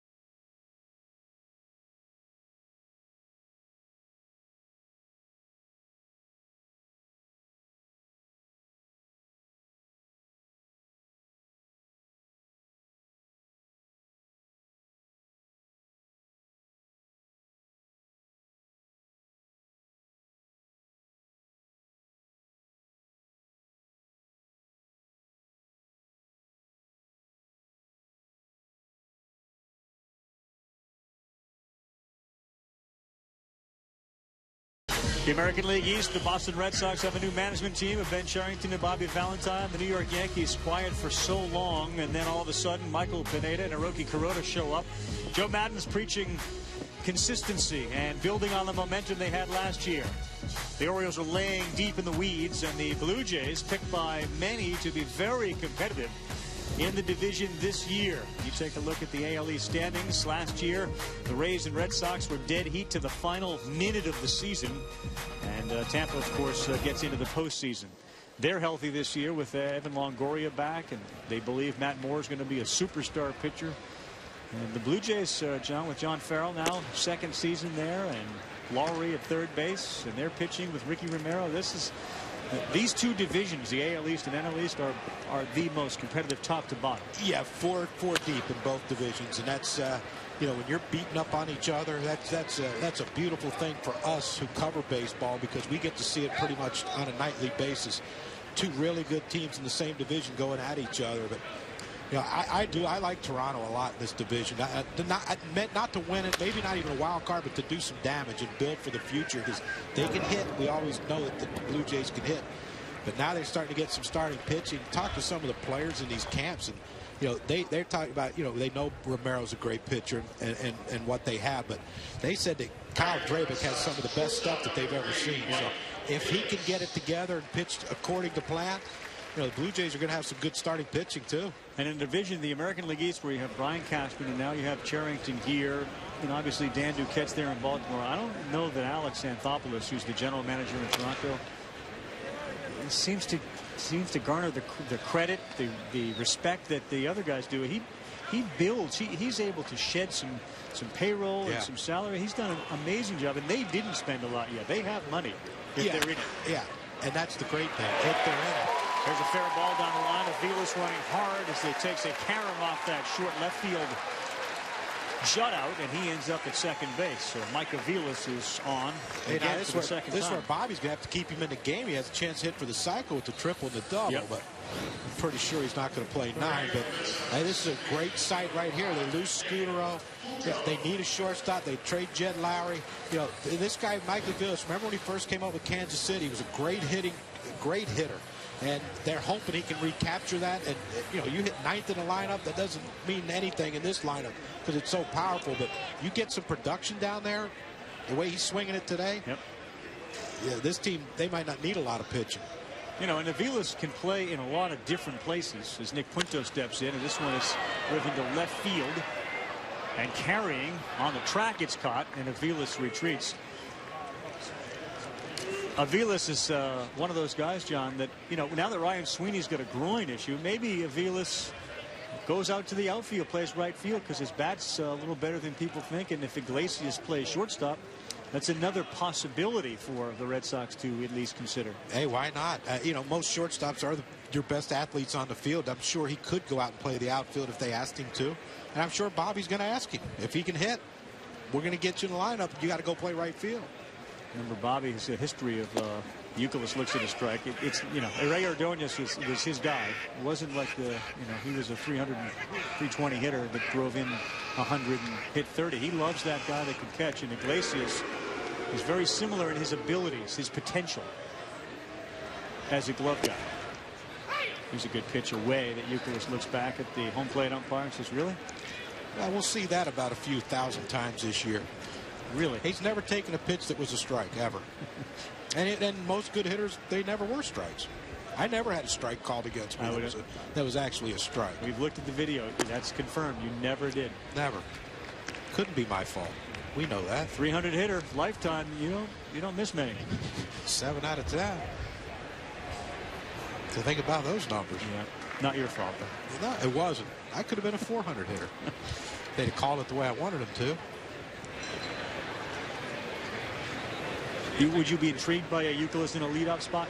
It would be, yeah, it would be intriguing, but it wouldn't be beyond Bobby to do that. We know that. He's about as outside the box thinker as you can get. Quick check at first. Yes, he did. And that's not going to be good. That won't sit well with number 20. There he goes back to the dugout. All right, we're headed to the 6th inning here in Fort Myers. 3-1 Red Sox.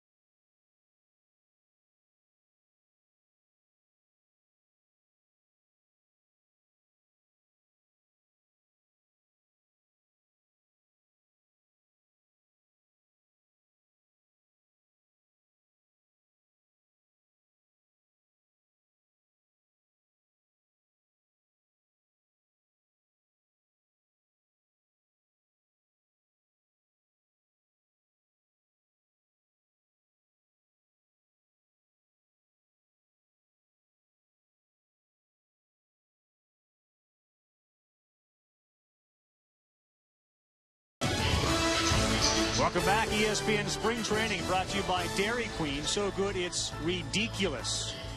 And Edward Jones, where FaceTime and Think Time make a difference. Ridiculous. DQ. Dairy Queen. Okay, I got it. I take the kids there a lot. I figure you're a summertime guy, although it's always summer down here. Yeah. DQ is working for you. Omar Infante took that rib shot. The good news is he's still playing. And most significant for the Red Sox now on the mound is Andrew Bailey, who is the closer to take Jonathan Papelbon's position, and now his first appearance of the spring. The first pitch he throws is a strike. Shut him down. Minor lat injury, which has kept him out. Yeah, Bobby said if he can get 6 or 7 innings before the end of spring, he'll be fine. That ball is laced to left field, and this one is deep. And it goes off that netting out there. So Andrew Bailey is greeted with a hard double off the wall by... Wow, did you see that coming? That was an about face. Omar Infante can hit. And I mean, this is what's great about him in this position, batting second or even 6th or 7th. He can drive in runs, but he can hit the ball. Adding a power to his repertoire, I mean, he has a beautiful swing. I coached against him when he was in Double-A. He hit 320-something, 330-something. So it's not like he can't hit. This guy's a good hitter. And yeah, Bailey came in and thought, I'm going to work on my fastball right here, try to just get an inning in. But these Marlins hitters aren't allowing that inning to start off very well. Omar Infante has the defensive play of the day and the hardest hit ball of the day. Now Austin Kearns.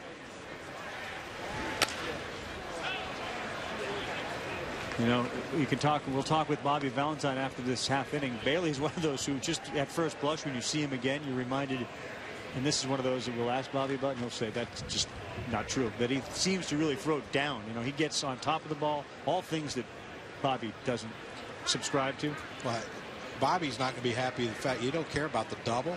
He'd prefer he didn't give up the double. Bobby's going to be upset that he didn't back up third.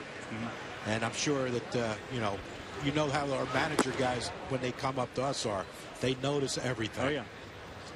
So I'm sure he noticed that Bailey didn't get over there to back up third.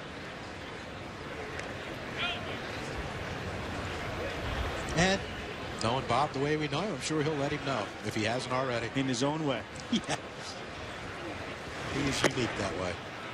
Yeah, Bailey's a little different than Papelbon. I mean, he is a power pitcher, but he's not that power pitcher. No, he don't have, he's not going to 97, 98, sometimes, upwards of triple digits, and that split that Papelbon had. That's the hardest thing for me when you let go a closer who's had success in this division. You bring in another guy from another division. 4 years. It's tough. I mean, it's you better make sure you hit it, because if you don't, it can get ugly. But boy, the Phillies, when you think about it now, they're in that window where they got to win and win now, and that makes sense. But I don't know that there was another team. Kearns through the hole. Aviles gives a dive. Ross comes up with it and gets it back in. So Bailey's given up a double and a single. 4 years for that amount of money when the closer market's dollars were nowhere near that, John. Yeah, it was interesting. I think that they were reserved the fact they weren't going to be able to keep Ryan Madson. So they had to go out and get someone, because like you said, they had to overpay for Papelbon, because they have a 2 or 3 year where they, with Utley, with Howard, with Rollins, that core group of players, and even their starting staff with Lee and Halladay, that they think that, we have to win the World Series in the next 2 to 3 years, because after that, it might not be pretty for the Phillies. So Aaron Rowand, and how would you describe what's going on for Bailey so far here? Very unsuccessful, yeah. I mean, but, this is what you want to see, too. Can he get out of it? How does he figure out a way to get out of this? Because Aaron Rowand's struggling right now in the spring. I mean, they're hoping. They said that they're praying for him to get a hit somewhere in the spring, and this would be a great time for him. You're looking at one of the best closers in baseball, potentially, and Andrew Bailey. And if Rowand can get a hit here, drive in a run, it's going to speak volumes for him getting it, maybe making this roster. And Saltalamacchia, as you said, getting experience catching Melanson, and now Bailey. But they don't seem to be being fooled by anything he's throwing. No, and that's what's not good. If you see it, when guys are struggling like Kearns and Rowan coming in, of course it's early, but when they're seeing the ball and they're spitting on your good slider, it's usually not a good sign. There's a 91-mile-an-hour fastball on our gun that was away, and he chased it. But when you're struggling, I don't care if you're a veteran or a young guy, you chase pitches out of the zone. Look, he's trying to make this team. He's going to try to. The last thing he wants to do is walk here. And if I'm Bailey, I'm not throwing him a strike. Well, he did, and he gave up a hit, an RBI single for Aaron Rowan. So Andrew Bailey's first outing of the spring not going well. Oh, this is what I'm talking about. You know, Aaron Rowan, he's going to swing because he wants to drive in this run to show Ozzie and the staff. Even though they had him in Chicago and they won a world championship together, he has to prove to Ozzie he can still play. And if you throw him a ball right there, you bounce it or throw it over his head like he did the last pitch, Aaron Rowan's swinging at it. But he threw him a strike and he swung and he got that base hit up the middle. Now Rowan's confidence is up. So Bailey's been good for the confidence of the Marlins. He hasn't missed a barrel yet. No, I mean, he's 3 for 3. Now Chris Coughlin comes up at second base. By the way, the Red Sox, Nick Punto is out. Pedro Siriaco, who has impressed Valentine, is in. 3-2 ball game. Bailey's pitch is to strike. Let's say this: he's been around the zone. It's not as if he's probably been 2 in the zone. Well, he's caught a lot of the good part of the plate for the hitters. Red Sox have the infield in. Sort of. Corners. I don't know why the corners are in. I expect Coughlin to bunt maybe first and second. That one gets away from Saltalamacchia, and the runners are going to advance.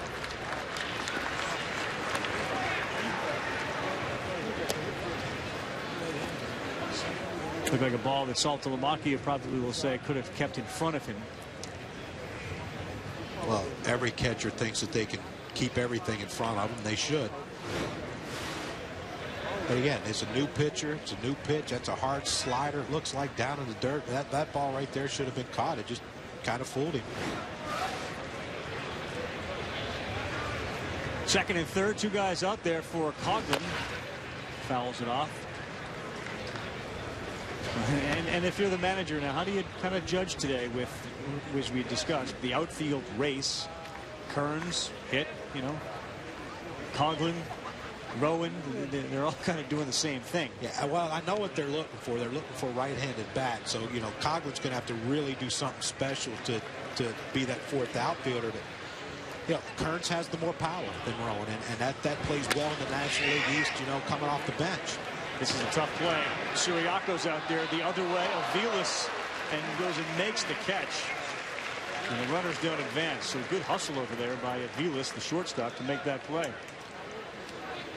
Now, that's a good pitch by Bailey right there. He gets inside on Coughlin. He gets that pop-up because it looked like to me Coughlin was just trying to hit a ball to the right side, try to get the runner in, get the runner over, set up another run-scoring situation with less than 2 outs. Aviles makes a great play right there. It looked like Siriaco is struggling with that ball a little bit.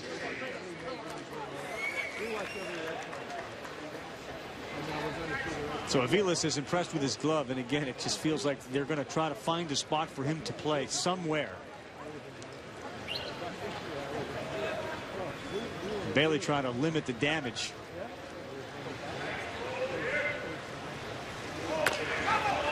Slow roller fielded in foul territory. Kind of a late call. I want to remind everybody the basketball, you can see the NBA tonight and Wednesday night. Great one. 76ers at Pacers in the 9:30 game. The Heat and the Bulls. That's Dwayne Wade, LeBron and company visiting Derrick Rose and Chicago in what is a possible preview of the Eastern Conference Finals. They have been the 2 best teams. The NBA on ESPN, ESPN3, and also live on WatchESPN.com. The Watch ESPN app Wednesday night. NBA Monday and Wednesday on ESPN.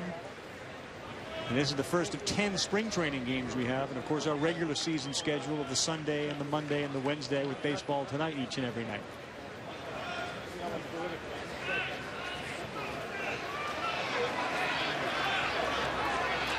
And here comes Ozzie Guillen. I'm not sure he liked that foul ball call. He's upset about something.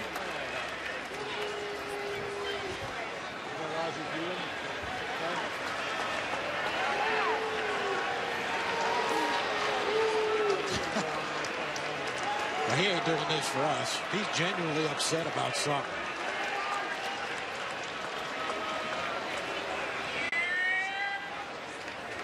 He's going to go and talk to either his players. No, he's leaving. He's going to the clubhouse. Right to the clubhouse? Yeah. Yeah, I'm pretty sure he handed the lineup card to Joey Cora, his bench coach, and he said, I won't be back. And then lo and behold, he's going to get an early exit. Bad thing is Joey drives him. When they come to these games, Joey drives, so he's going to have to wait for Joey to get done the game. Maybe call Joey and tell him to get thrown out, too. That's Tim Cheetah, who's giving him a few words, too. Well, I tell you what, if you want to... Oh, boy. Bobby waved goodbye to Ozzie. I'm telling you what, I mean, you can almost, you know, there's all sorts of different kind of pools that you have. The Bobby and Ozzie thing is another one. Who gets thrown out of a game first? Who's kind of in the headlines first for some non-baseball related issue with a player? Bailey gloves it now. Caught between third and home is Kearns. Youkilis and Saltalamacchia now on the rundown. Youkilis tags him out, throws it down to second. So Andrew Bailey makes the out. A crazy couple of minutes going on here.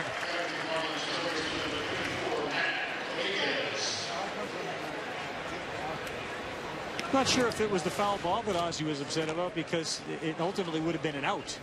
So I think there was something else. Nah, well, the run scored.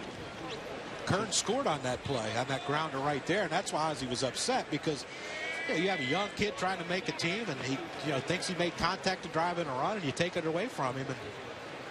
And look, should he have got thrown out? I mean, the magic word came out, and then, of course, our other buddy waving. Beautiful. So you're saying that was about Tiffy, who kind of made contact and Kearns scored? Well, the call was, you drove in a run 15 minutes late. The game would have been tied 3-3. Now it's 3-2. And now you got to work. And again, a manager first year, kind of letting his team know, I got your back in any situation. That one on the ground. Youkilis is there, and he will throw over to first.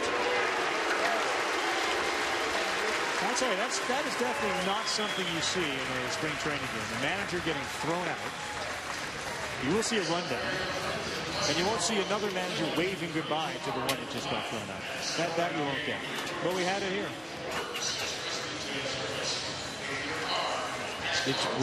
Would you have expected anything different this game with those two? Nope. No, I wouldn't. Let's take a look at what the Red Sox have done since last season before Bobby Valentine joins us to talk. He and Ben Cherington taking over. Theo Epstein now in Chicago as the Vice President of Baseball Operations, and Jed Hoyer, the GM. Beckett, who we saw today. John Lester pitched yesterday and pitched well. Then there's Daniel Bard and Clay Buchholz, and of course Carl Crawford and Kevin Youkilis coming off injuries. And we're joined now by our old friend, Bobby Valentine. What, now, did you wave goodbye to Ozzie? Is that what you were doing? I was waving goodbye to Ozzie because I didn't really get to greet him too much before the game. That's first one of the spring. Check! He's won. Gone. He beat you. He beat me. He beat you. Do you know what he was arguing about? Was it the fair foul call? He didn't think the first base umpire should have made the call. It's the home plate umpire's call. It's spring training for the men in blue also. Yeah. All right, so you're sympathetic to the men in blue. Poor Ozzie, absolutely. Bobby, you brought in your closer, Andrew Bailey. You got hit around early. Were you more upset that he gave up the double, or more upset that he didn't back up third? No, actually, he's first time out there, John. He's trying to feel his way through this whole thing, and I'm glad that he got out of it without injury and, got his feet on the ground. He'll back up third next time. We've been practicing that. You see on the rundown, though, good job. We've been practicing that comebacker.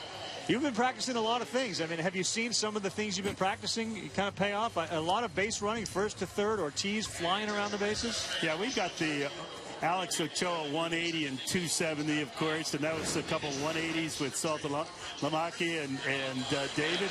We also got the Dave Magnin 360. That's been a very good play for us when they get the trot 360, but we're learning to run 180 and 270, and it looks pretty good, actually. I get the angle thing. Well, explain to the viewer at home what you're talking about. Well, it's 90 feet per base, and a lot of teams play one base at a time. We're playing two bases and three bases when we're running the bases, always thinking going first to third until the outfielder can stop us, home to second, until the outfielder can stop us. And if you're thinking 180 and thinking 270, you'll get the good jump to start with, and that's what it's all about. And what were your thoughts on Josh, the way he started, the way he finished? I loved the way he finished. I really didn't like the way he started. He hit a guy with his curveball and his fastball. Well, he did a 180, didn't he, Bob? He turned 180. Yeah, he really turned it around and wasn't getting to the south side of the plate or the glove side of the plate at all in the first inning. And then he made the adjustment the next three. It was a good outing. What have you seen this spring, Bobby, from sort of the rest of the rotation? You kind of know what Beckett and Lester have the ability to bring, but with Clay, as Adrian Gonzalez gets a single here to left, with Clay and with Daniel. You know, Clay Buchholz is healthy, and he has outstanding stuff. He's thrown his two-seamer, his changeup, his curveball extremely well, and we're glad to see him with health. And you know, with Daniel Bard, he's been outstanding. He threw 12 changeups last time out. He's had a real hard slider. He's really feeling that he is a starter in his mind and in his body.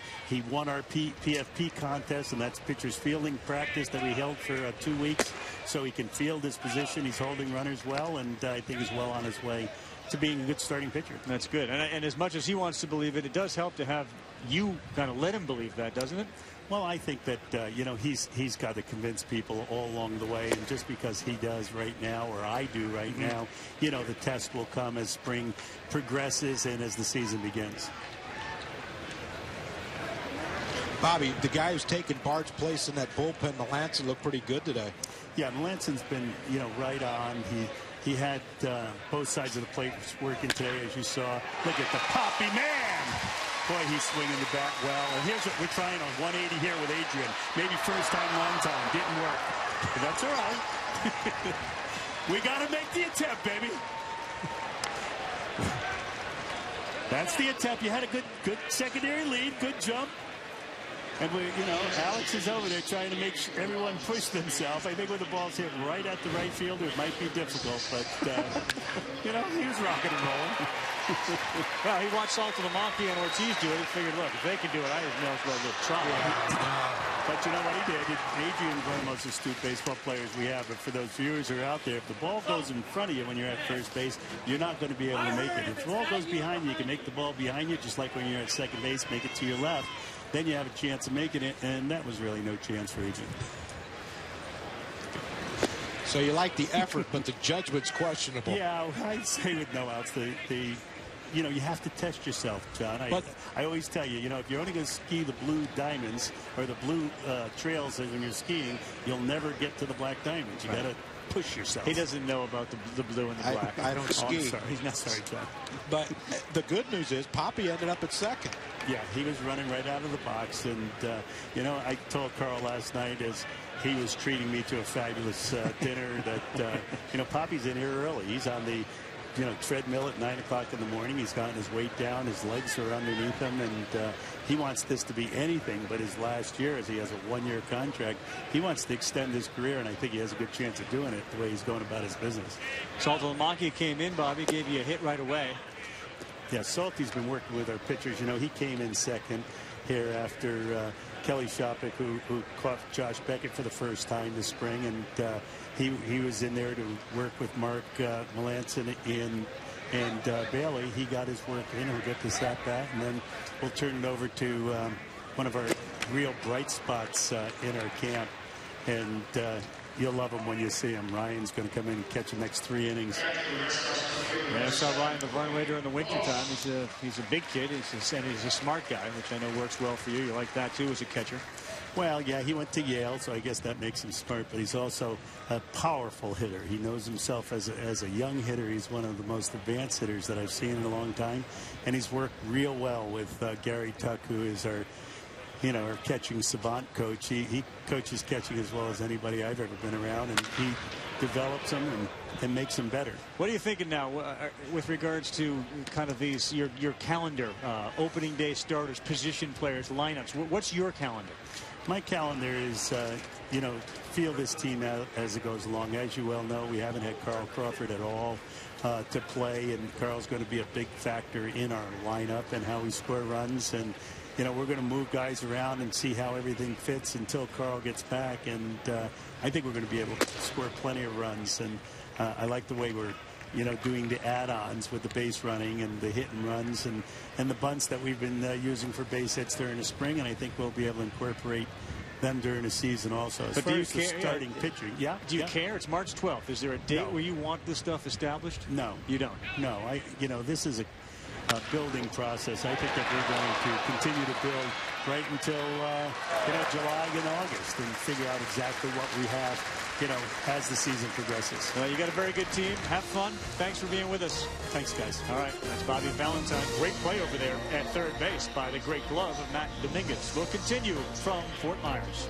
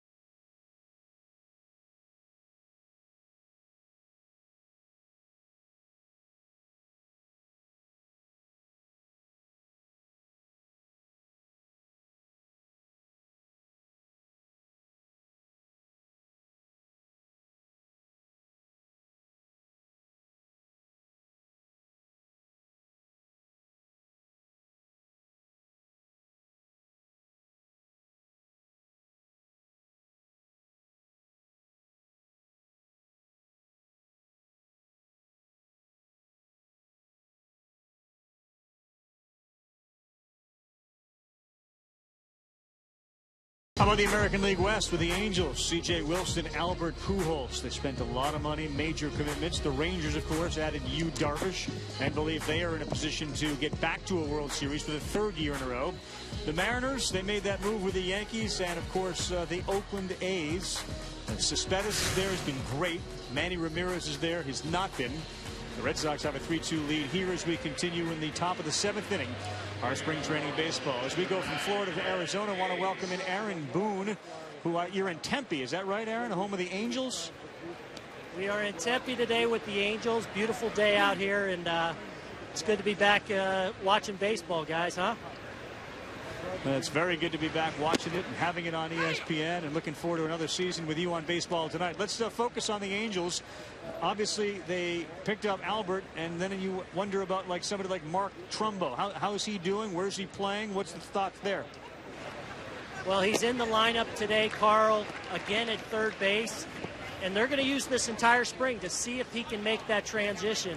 And talking to Mike Scioscia today, he feels like if he can give them adequate defense at third base, then he's going to see 80-some-odd games over there. Now, it's a tall task. He's definitely a big athletic kid, but I think that size at 6'4", 6'5", sometimes those feet and those arms, especially when it's a new position, doesn't sync up on time. But they're going to give him every opportunity this spring, and I think they're optimistic that he can at least play it okay. All right, once again, we're hearing Aaron Boone, who's joining us from Tempe. And Aaron, when you think about the fact that Trumbo had to move from first because Pujols is there, Pujols and Trumbo both were there because Kendrys Morales was hurt. Is he ready to go? Well, I think behind the scenes, the Angels are quietly optimistic that he is going to be on this team opening day in that DH spot. Now, Trumbo slides in as a plan B. And remember, this team has Alberto Callaspo, who's a very good player and a very good defensive player, to play third as well. But they feel like Kendrys Morales is going to be okay. Now it's about him getting back to the form that made him, when he got hurt, he was establishing himself as one of the real elite first basemen, not only in the American League, but all of Major League Baseball. And I think they're quietly behind the scenes feel like he at some point is going to return to that player this year. Well, I mean, given their pitching, if that's true, and you can get Morales hitting and Trumbo in a comfortable position at third with Albert and the rest of that offense, that is terribly scary for the rest of the American League and the American League West. And how is Albert doing? Get a chance to speak to him? How is he adjusting? How's life with the Angels? Yeah, you know what? He seems to be really good spirits, in a really good place. Timmy and I had a chance to interview him this morning. He was bubbly, jovial. He looks great. He seems to be happy. And I agree with you, Carl. I think this Angel team has the potential to be great. And I think the potential little rivalry that's brewing out west here with the Texas Rangers and the Angels, you know, is starting to look like a little Red Sox-Yankee thing. These are two giants and look like they have a chance to be great for an extended period of time. Yeah, I mean, that rotation, now that CJ is over there, and what we saw from the regulars last year, I would think that, and you sort of intimated, you believe they're the favorite in that division? You know what? I think if Kendrys Morales returns, you know what? It's hard for me to look at this team and not think they might be better than the two-time defending American League champion Texas Rangers. That rotation is going to be a beast. If they can get Jordan Walden, their rookie closer from a year ago who blew 10 saves but showed signs of being an elite closer, if they can get him to take that next step and be a guy they can count on in that ninth inning, I think it's a toss-up between them and the Rangers. All right, well, enjoy the Baseball Tonight Goodyear Express Tour. I know Baseball Tonight follows this show with you and Tim out there in Tempe, and, of course, Steve in the studio. Thanks very much, Aaron. We look forward to seeing you in the studio this year. All right, see you soon, guys. All right, that's Aaron Boone.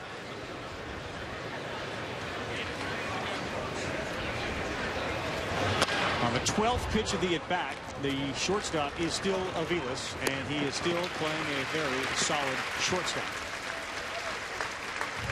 Let's take a look at this Angel rotation and tell us, Johnny, what do you think about the AL West?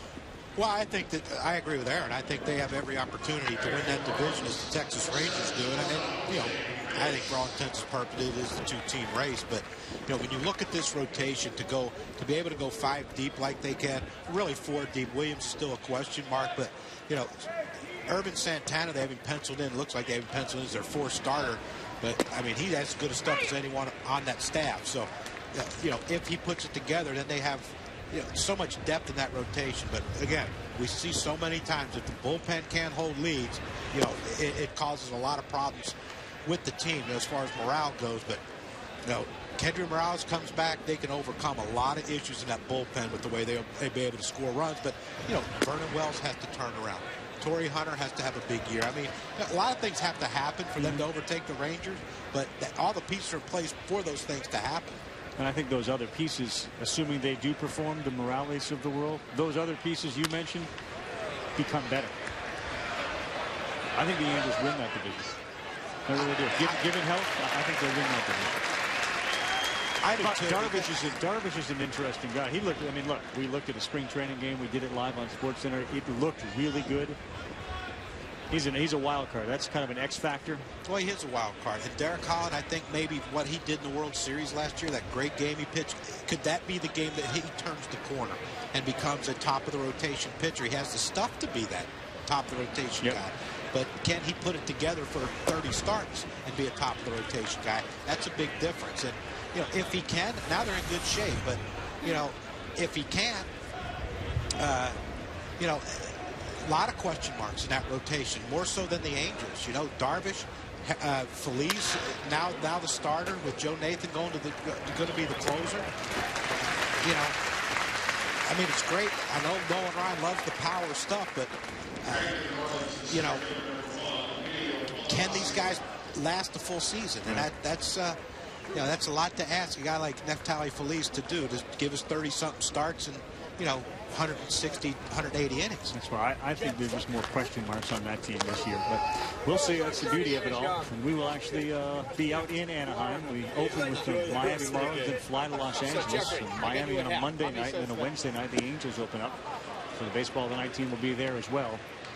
and look forward to that. Reyes grounded out to Siriaco at second. Russ Ohlendorf is on the mound, his first appearance this spring. Reyes runs hard, and that's maybe the best sign of all. There's no sign that there's any lingering hamstring issues.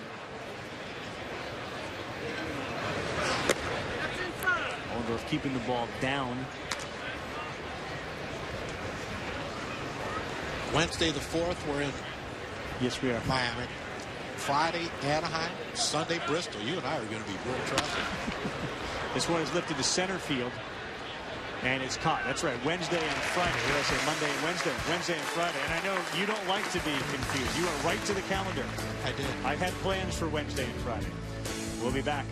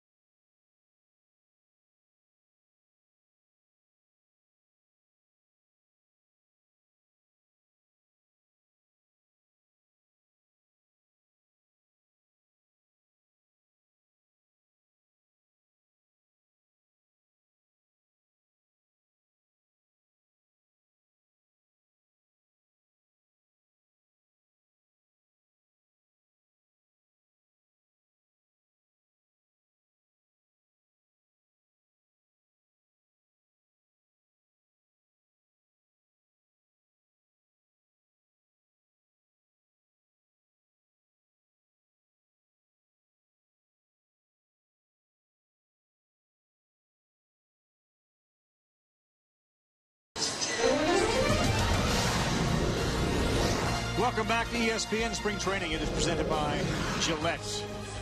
We are going to the bottom of the 7th inning here in Fort Myers, Florida. Jet Blue Park, Fenway South, with the Red Sox leading the Marlins by a score of 3-2. Let's send it down to the dugout. Doug Glanville is there with my former salsa dance partner. Well, thanks, Carl. I'm here with Jose Reyes, and we're trying to find out the status of Jose Reyes in his new environment as a Miami Marlin. So, Jose, a lot of people always know that your legs can carry a team to a championship. So how has that been going for you in terms of training, making sure that you're on the field for the whole year? You know, first of all, it's been fun for me, you know, in my new team, my new family. And, you know, healthy-wise, you know, 100% ready to go. You know, hopefully I can stay healthy the full season, you know, and help this team where we want to be. Well, what kind of drills are you doing? Because I always think of guys running with parachutes and, you know, lifting up trucks. And are there anything specific you're working on in drills-wise for your legs? You know, I have some different drill this year. You know, I can't explain to you, but, you know, it's made me my legs stronger. You know, I think I'm going to play a full season this year, so it's no doubt in my mind, you know. Hopefully, like I said, I'm going to take it one day at a time and go from there. Well, speaking of one day at a time, you have Ozzie Guillen intense every single day. What's he brought to you, especially as a fellow shortstop? What's he brought in terms of improving your shortstop game and how to approach it? I mean, so far, you know, the last 3 weeks, he's been a teacher for me, you know, not just my manager, you know, yes, the energy that he brings, you know, that's something that everybody likes on this team, and, you know, the passion for the game that he brings and the winning attitude, you know, that's something that we're going to need for the 162 game. Yeah, and absolutely. Now with Hanley Ramirez moving over to third, is that a conversation you had? Did you talk to Hanley about coming at shortstop? How are we going to work this together? I mean, you know, me and Harley, we fine. I mean, you know, Harley, we've been together the last 3 weeks, been training, working real hard, you know, to try to get comfortable there in third base, you know, and he's happy about it. You know, I think he's going to have one of the best seasons of his career this year because, you know, he hurt this year and, you know, he want to play. Well, so there's a lot of excitement in Miami, of course, new stadium, a new manager, new everything. So what's your sense about, playing that exhibition game there? How are you feeling about the fans in Miami? I mean, that was nice. I mean, yes, the Diamond Field there and the new stadium, every fan there, they wait for us to go there. And like I said, when we go there, we're going to take it one guy at a time. I know it's a lot of expectation in our ball club. Right now we just need to find out on the field. Well, thank you for your time, Jose. Good luck this season. All right, Carl. All right, Doug. Thank you very much. That's Jose Reyes, the Mets shortstop. Of course, that famous Sports Center spot dancing the salsa, we talked about that earlier. That was a highlight of his career. I'm sure it was. Batting title, playing in New York, playing in the big leagues, signing a big free agent contract for the Marlins. Is very exciting. Right new at ballpark. The top. You remember dancing in the commercial? Who are you? What? No. Yeah. Of course he remembered. Absolutely. Well, it's a highlight of his career. Yep. Time capsule stuff right there. It really is. It really is. I'm sure that's like plays in his house pretty much every day. Good man. I'm glad to see he's healthy, and he really is such a unique talent when it comes to Major League Baseball. With his glove and his combination of speed and power and that smile, he really is he's kind of a lightning rod, and the Marlins have him now for a while at a lot of money. He's a centerpiece guy. Mike Aviles continues to play. Yeah, it's not many teams that can build around their leadoff hitter. Most build off the middle of their lineup, but he's different. He is different than any player in baseball, like you said earlier. Double and a triple so far for Aviles. Triple came in the second inning, then in the third inning, I should say, then the fifth inning. You get a double down the line in left.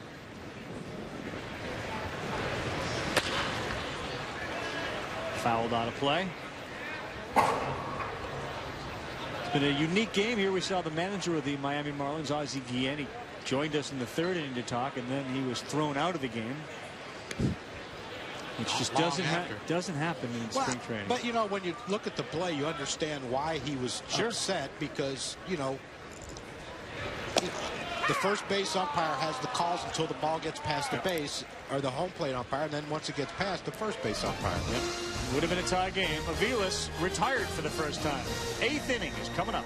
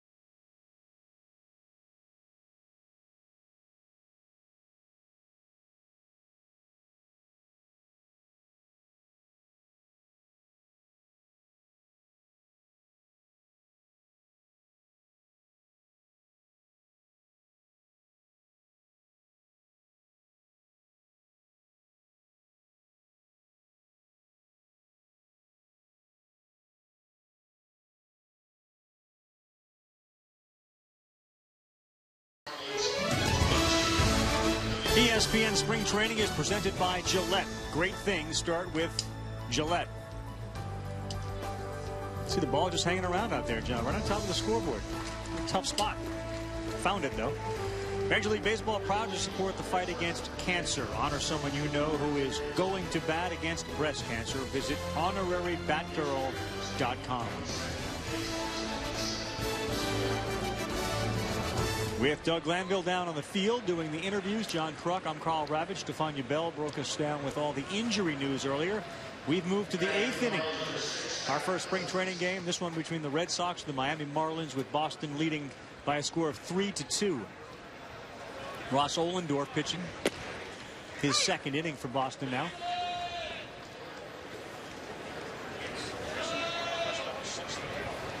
Scott Cousins is now batting, and many remember that Scott Cousins was the guy that took out Buster Posey in that hard slide at home last year, which ended the season for Posey. Led to all sorts of difficulties for Cousins and threats. As hard as the play was, most acknowledged it was a clean play. And the result obviously was terrible. Terrible result, but part of the game. And I know that, Bruce Bochy put the edict down on Buster Posey, swipe tag from now on, but we were talking about it down on the field with some of the Marlins players and coaches, and game on the line, Buster Posey's probably going to block the plate. That's just the way he plays, the way he is. But and the good news for the Giants and really all of baseball is Buster's healthy again and catching some of the games for San Francisco. I thought that was the defining play of last year. I thought that changed the entire complexion of the season all around. That the Giants fell off, the other teams were able to capitalize on that. I thought that was the biggest single play of the year. Yeah, and they talk about Aubrey Huff didn't have as big a year in 2011 as he did in 2010, but there's a lot of direct correlation to Buster Posey going out and what he does to that lineup. It makes you talk about guys making guys better, and I don't know if that's true to a certain extent, but Buster Posey makes him more comfortable knowing that he's there. So Scott Cousins draws a walk from Ohlendorf. Yeah, and for a team that is offensively challenged like San Francisco, when you take the offensive part, I mean, how many teams have one guy like that? There really aren't any. Well, he's the Josh Johnson of the Giants. If you lose Buster Posey, you're going to struggle, and that's exactly what happened to this team last year. When he went down, so did the team. I mean, look, they have great pitching, keeps them in games. We know that, but you still have to score and take some of the pressure off that pitching at times. And unless their guys are going 25-2 or 25-3, 3 or 4 of them, you're going to struggle. Yep. This is Aaron Rowand, who continues to play. Marlins pretty well set, though, John, with the exception of that 4th outfielder, right? I mean, they believe in their 5th starter. Zambrano has pitched pretty well. I mean, at least he's made an impression on those guys. And Ozzie has experience with Zambrano and Burley. Pitch out. There's not a lot of big decisions that they have left to make. No, they little bit of concern with Anibal Sanchez, who's yet to pitch. There was some shoulder inflammation, but they think he's going to be fine.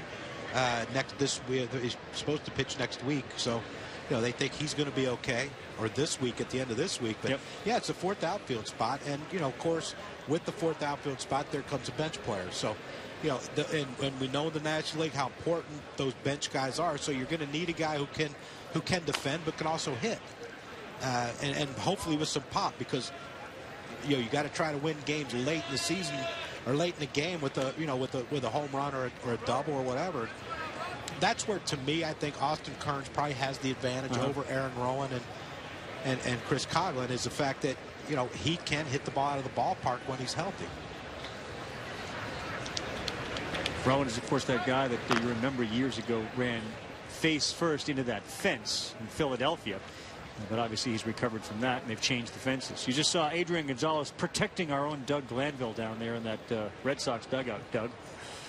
All right, thanks, Carl. I'm with Adrian Gonzalez here, and we're talking about how it's a new playoff format, and that changes things. Certainly last year didn't go as planned as things ended for the Red Sox, but how do you see that playing into division rivalries and your approach this season? Well, yeah, I mean, I think I agree with everybody from what I've heard about, putting that much important in winning the division.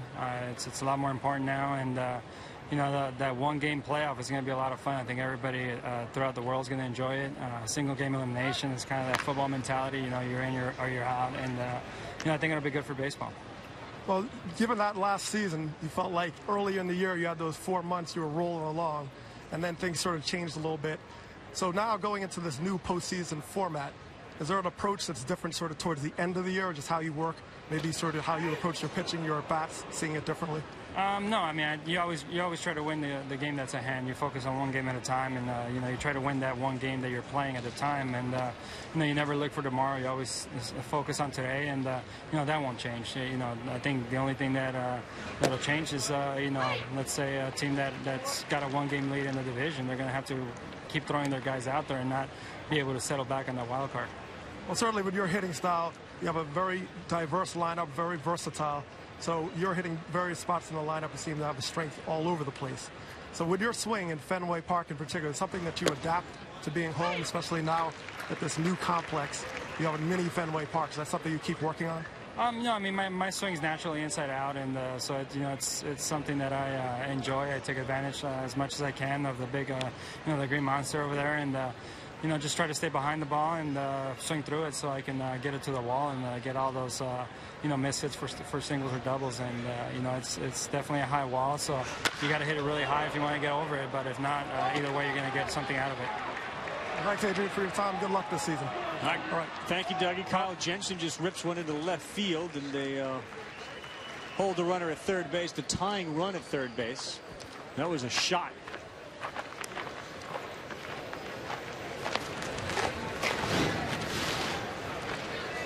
He gets a pitch middle in and turns on that ball really hard, but that's the advantage or the disadvantage of playing in a ballpark with the short left field fence. Is ball gets in quicker. A lot of times you saw the way Cousins was running the bases. I mean, he had a great jump off of first base, made a great turnaround second when you're watching him run, but no chance of sending him right there because of the dimensions of the field. Right. And the fact that left fielder got it quick and made a good relay throw. And the third base coach has to basically go into the field so he can see whether that ball's coming back in. You can't, from that third base box, see down into that corner. You literally lose the ball. Yeah, and that's one of those no-win situations. I mean, 2 outs, normally you'll be a little more aggressive and try to send him and try to steal that run, especially the tying run. But yeah, that play right there in Fenway Park or Fenway South, there's no chance of sending. Right. Terry Tiffey on the ground, third, fielded over there. Long throw across. Ollendorf and the Red Sox stay alive. Will Middlebrooks makes that play. Still 3-2. We go bottom 8.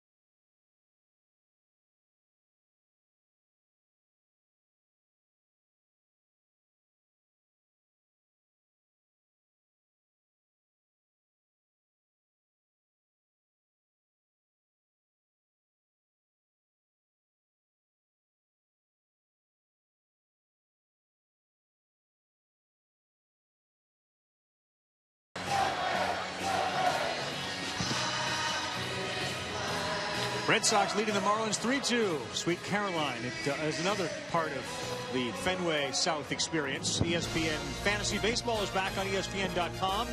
Access real-time scoring, gain expert advice, manage your team, do it all on the go from your mobile phone.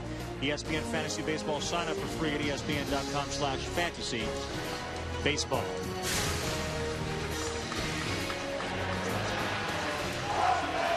They refuse to stop the singing. Neil Diamond crooning Sweet Caroline as Pedro Siriaco steps in.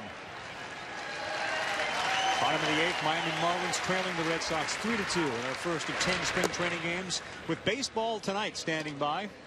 The Baseball Tonight Goodyear Express Tour, Aaron Boone and Tim Kirkshin in Tempe, Arizona. John Kruk and Carl Ravitch here. Albert Pujols on the Baseball Tonight program coming up. Siriaco lifts this one off the end of his bat. It's carrying to left field, but it's caught out there in left field. You missed him? Yes, really, I do. You know, you sit with him and you guys are riding each other. Yeah, but he's entertaining. And, you know, with the guys doing the imitations of him, some of them have been spectacular. Yep. Some have been not so good. No, some of them are trying too hard, but Elliot Johnson was fantastic. They actually have a kid here in the minor league camp, Reyes, who's dynamite. Yeah, the Red Sox. Yeah. Aaron Sebia is still the winner, right? I don't know. You know, I liked Elliot Johnson. You know, it's funny because when we were in Tampa camp, Elliot Johnson was he actually studied Aaron Sebia. Oh, he did. And tried to make it better. So it's like taking on a life of its own. And for for a guy that's 5'1" and 120 pounds to have like this is his strapping moment. Major league players imitating him, you know, this is his moment. Carl, he says it's embarrassing. I think he wouldn't have it any other way. No, this is his spotlight. He's relishing it. He is relishing it. Ryan LaVarnway, he's 6'2" now. A little bigger than Tim is. Is he? Yeah, Ryan's a bit bigger, a bit His stronger. leg's bigger than Kirkshin. Look, that's a big dude. He's big. And he flies out to right field. The two pop-ups here as we begin the 8th and now almost conclude the 8th.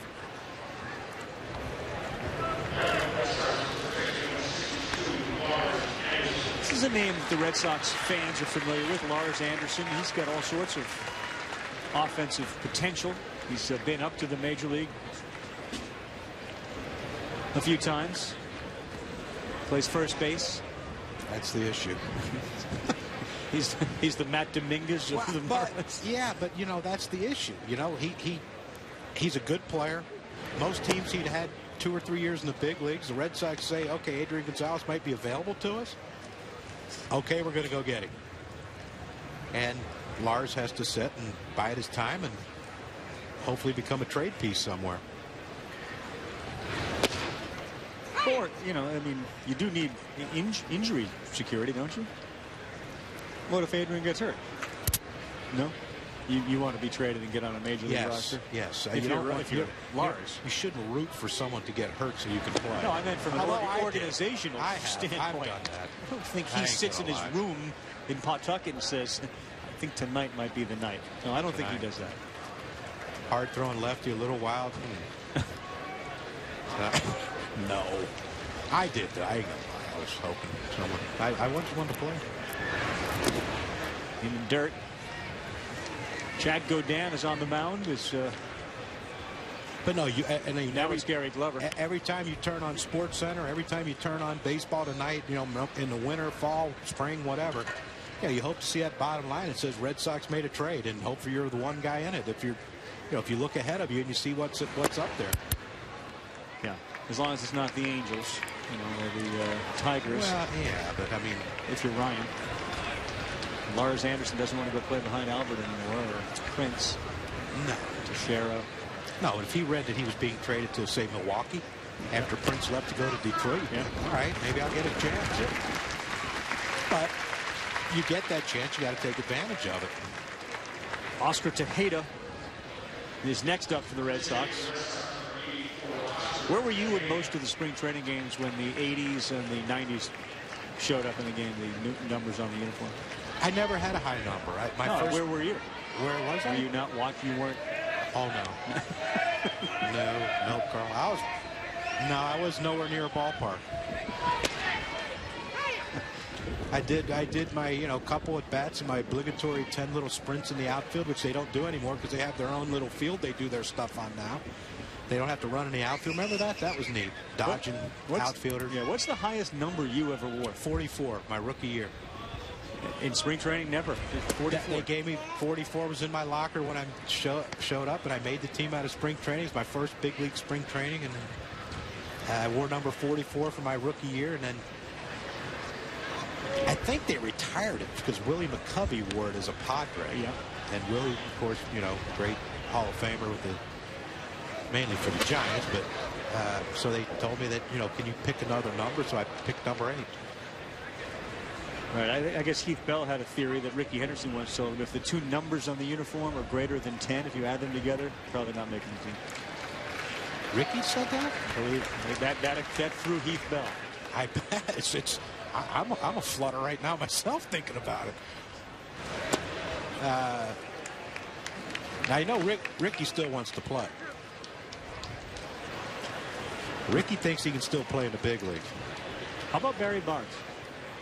Playing just career over? I mean, yeah, we understand the way it ended, but remember when he ended, he could hit. Yeah, and that's the thing, you know. You have to wonder what if there's something else, because, you know, teams still want Manny, and you know, Barry's last year in the big leagues was better than Manny's last couple years, but I don't, you know, I don't know if it's just teams want to distance themselves from him, or I don't know what it is. Whoa, broken back to Hayden. That one goes into the stands. Doesn't hit anybody, which is good. It ended up in an empty seat. And that retires the side. Scary moment. This flew right over the manager's head, too. Oof.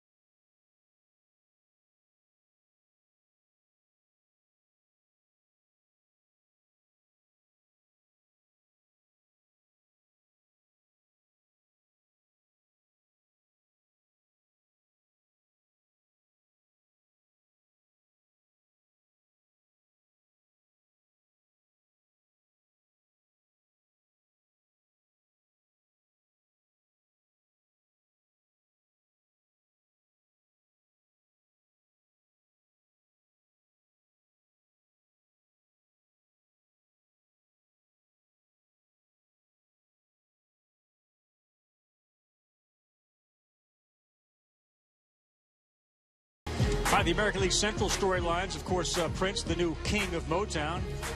He joins Justin Verlander. We'll see how Robin Ventura lasts and survives his first year in the American League Central with the White Sox. The Indians, if they're healthy, can compete. A lot of people love what the Ned Yost project has become, and the way he and Moore built that. The American League Central Minnesota Twins story is about the health of Morneau and Mauer.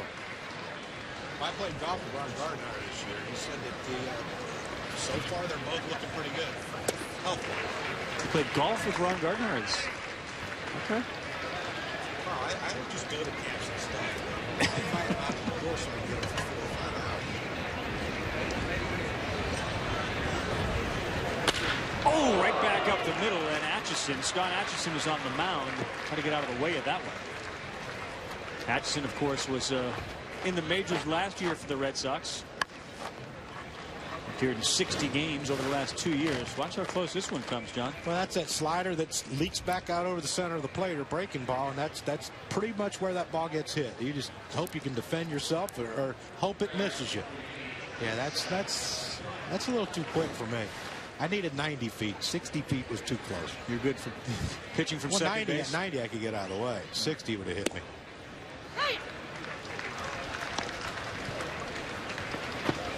.326 ERA for Atchison in 2011. He kind of was up and down 6 different times with the Red Sox. And given the injuries, they needed him last year. He's one foul at the plate. Hard to really gauge these teams when they're not all on the field. You know, it's different when Pedroia and Ellsbury are out there. It's very different when Stanton and Hanley are out there. You don't have a good feel for the team. Yeah, you just have to go on what the managers are telling you. And we know our 2 guys today wouldn't lie to us. No, nothing withheld. Nothing withheld. I tell you what, take Bobby out to dinner. You can get all sorts of stuff, though. What do you think? Ozzie's going to hide anything? If he did, it'd be the first time. Yeah. Well, they're pretty forthcoming. Oh, they are. They're. Well, it's a trust thing. They trust. You know, there's a lot of trust. Well, should they? Yeah, they should. Yeah, they should. That's ripped to center field and over the head of the center fielder out there. We got to play it. We do. Waved in. Here's Siriaco's throw to home. Lavine is out at home. The crowd goes crazy.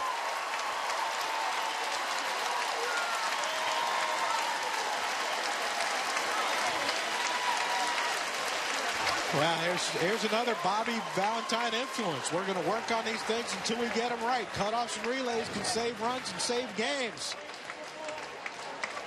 Tell you what, though, he's giving up some hard hit balls up the middle, Atchison is, but there's another hard hit ball. Look at the throw right here. Great play by the catcher, though, to come and get it, get the wherewithal to drive back and get the runner who tries to slide around him. But again, cutoffs and relays save runs, and Bobby's been working on them diligently. Some of the players said maybe too long. And that's what you get for your troubles, is you're out and you get slapped in the face. Right. Ryan Fenway is the catcher. Siriaco threw that ball in. Dominguez took one off the face here. He's kind of coming in, and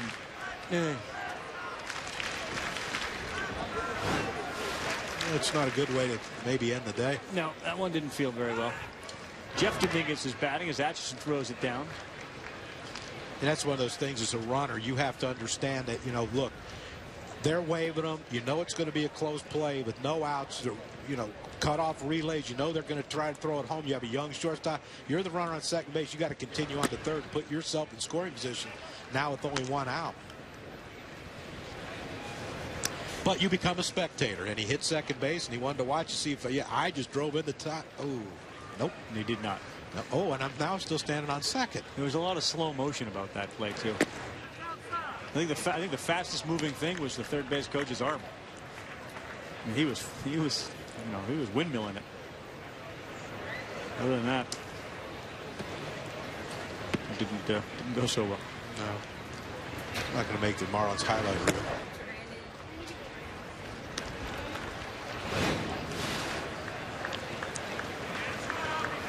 Did you ever take one off the face? Yeah, I'm sure. I've gotten tagged in the face. The worst thing that ever happened to me was self-inflicted when I tried to slide head first and stuck. Look out. And bounced, and my face hit the chin burn. You get a little chin burn. And I chewed a lot of gum, and everything in it was like, yeah, this is not fun. Because it hurts. Because, you know, you're going one way and the gloves come the other. It's like you're running right into the punch. So it hurts a little more than if you were going away from it. But here's the 3-2, John, to Jeff Dominguez. Atchison fields. He'll go over to first base, and he'll throw it low, and that's an error. So instead of 2 outs,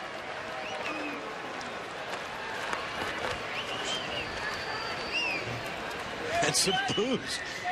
Yeah, man on first and third. Well as they ran the cutoff and relay, this one wasn't executed well. And these are the ones you do the most of. But he just, he buried it. He just buried it. Good sinker down and in. That's a tough one, too, because it's such a short distance between the pitcher's mound. You bounce it like that. It's hard to get your footwork as a first baseman to get, to be able to come up with that ball. It just reaffirms the oldest adage in baseball that the last 3 outs are always the toughest. They really are. At every level. Doesn't matter where you're playing. So a double play will end it. Kevin Madison trying to tie this one up. Atchison's first pitch is a strike. Still a lot of people hanging around, I mean, they want to see you and Doug and Peter Pasquarelli.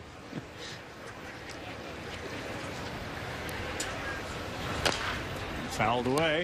Wednesday night, ESPN's got an NBA doubleheader, 7 Eastern, 2 of the more surprising and successful teams. The Sixers have been great against Danny Granger and the Pacers. That's the Monday, Knicks and Bulls, Celtics and Clippers. But Wednesday, the Heat will meet the Bulls. So Monday and Wednesday. Monday, Knicks and Bulls, Celtics, Clippers. Wednesday, the Sixers and the Pacers, the Bulls and the Heat. Atchison throwing over. We got the crowd kind of getting into it. They want a W. They want a W before they head home and settle in for the night. Well, they're hoping Atchison throws that ball down in the zone and gets a grounder to second. No, this is lifted to left. We're going to have a tag and a play at the plate. Here's the throw. LaFarnway. But it got through his legs. Now Atchison down to third. Safe at third.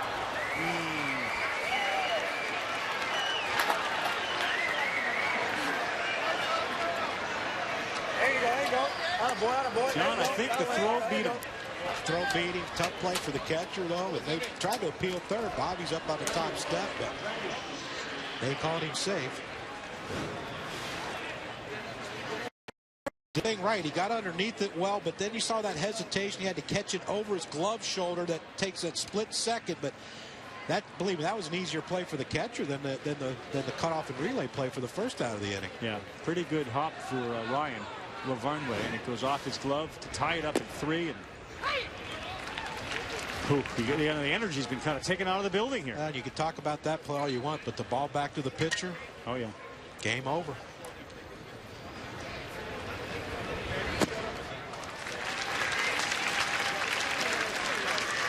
You guys have plans? No, I'm with you. Okay. I am here. And Wednesday heading to Lakeland to do the Tigers and Mets. I know Aaron Boone wants it to end because they're doing the game out there after this one. And then the baseball tonight follows that. And so, we want to keep things on schedule. So, well, we want regular season kind of practice. That show doesn't always start at 10, John, as you know. There are times it comes on a little bit early, sometimes a little bit late. So, you got to have some flexibility. My 3 favorite words at ESPN. Here's the scenario. and followed by the next 4, which is we'll figure it out. Yes, we will. Once you get that, well, you know to hunker down. Let's order another pizza and see where we go from here. We could get into the bang it out thing too if you really want to let people in on the ESPN bang it out. Baseball tonight. We're just going to bang out 10 segments. That's content for our ESPN.com websites in Boston and Dallas and Los Angeles and New York. Excellent source for baseball, that's for sure, those websites with the local writers. The 2-out pop out into foul territory is caught. The Red Sox come to bat in the bottom of the 9th. Game tied 3-3.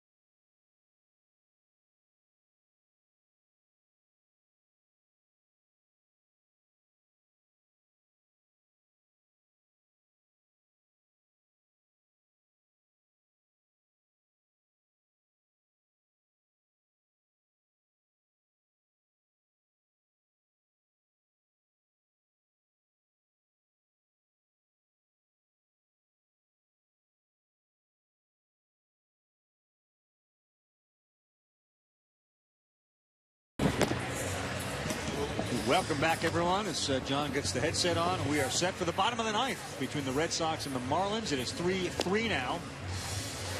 Red Sox have hurt themselves in the last inning with a throwing error by Scott Atchison, which allowed runners to stay on base, and then from third come in on a sacrifice fly to tie the game up at 3. Appears as if they've agreed to go 10 innings if needed.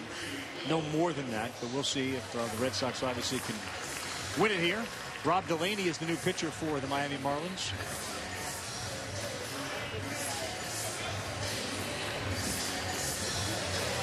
Will Middlebrooks, the first guy up. See the numbers for Rob Delaney in AAA. Very good.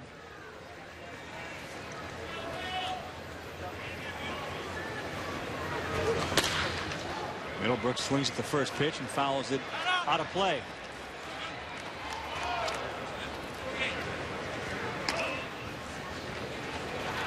Get up there!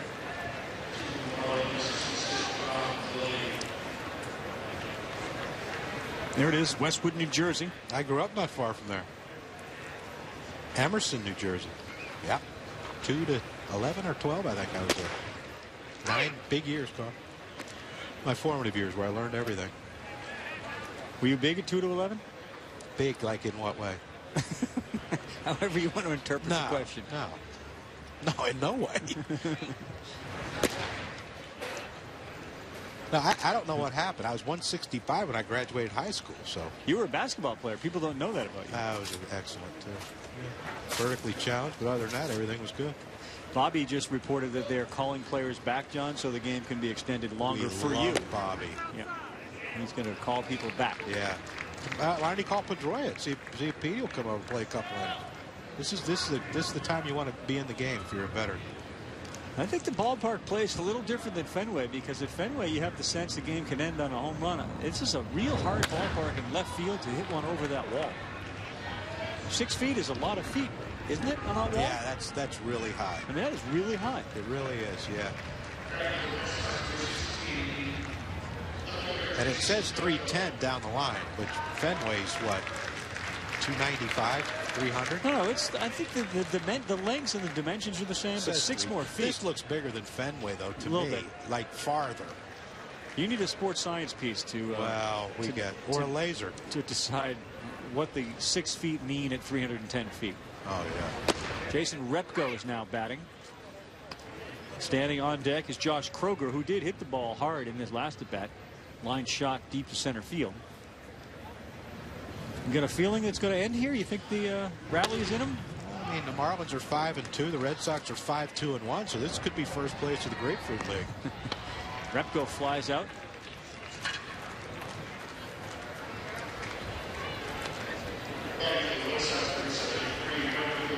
Anyway, they keep popping up the infield. This game's not going to end soon. No, that's tough to score when you're doing that. It really is. I found that difficult to get one to carry out of the ballpark when the infielders are catching them.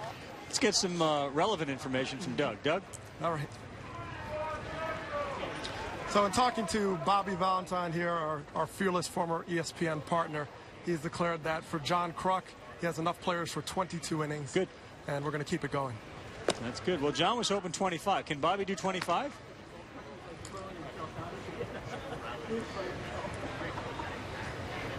Doug, we were hoping that Bobby can get us 25 innings. Can you ask him if he can do that? Can he do 25? He said he might be able to do 25. I was suggesting he loan players to the Marlins and then to just keep doing an inter squad from here on. Yeah. Well, 9 innings are in the books. Kind of a lot of people looking around like, what's going to happen now? We're going to have another inning.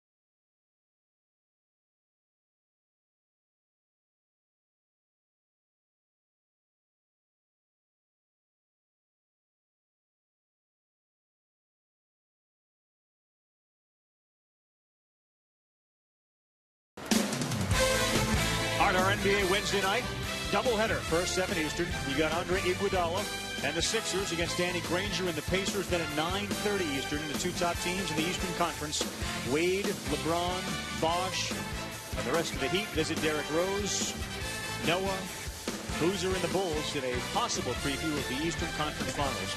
Big game Wednesday at 9:30. Set the table with the Sixers and Pacers at 7. And the NBA on ESPN, ESPN3, and they're streaming live on WatchESPN.com. All right, sneaky lefty Jesse Carlson is in. And so we are playing some bonus baseball. What a way to start spring training on ESPN. 10 innings.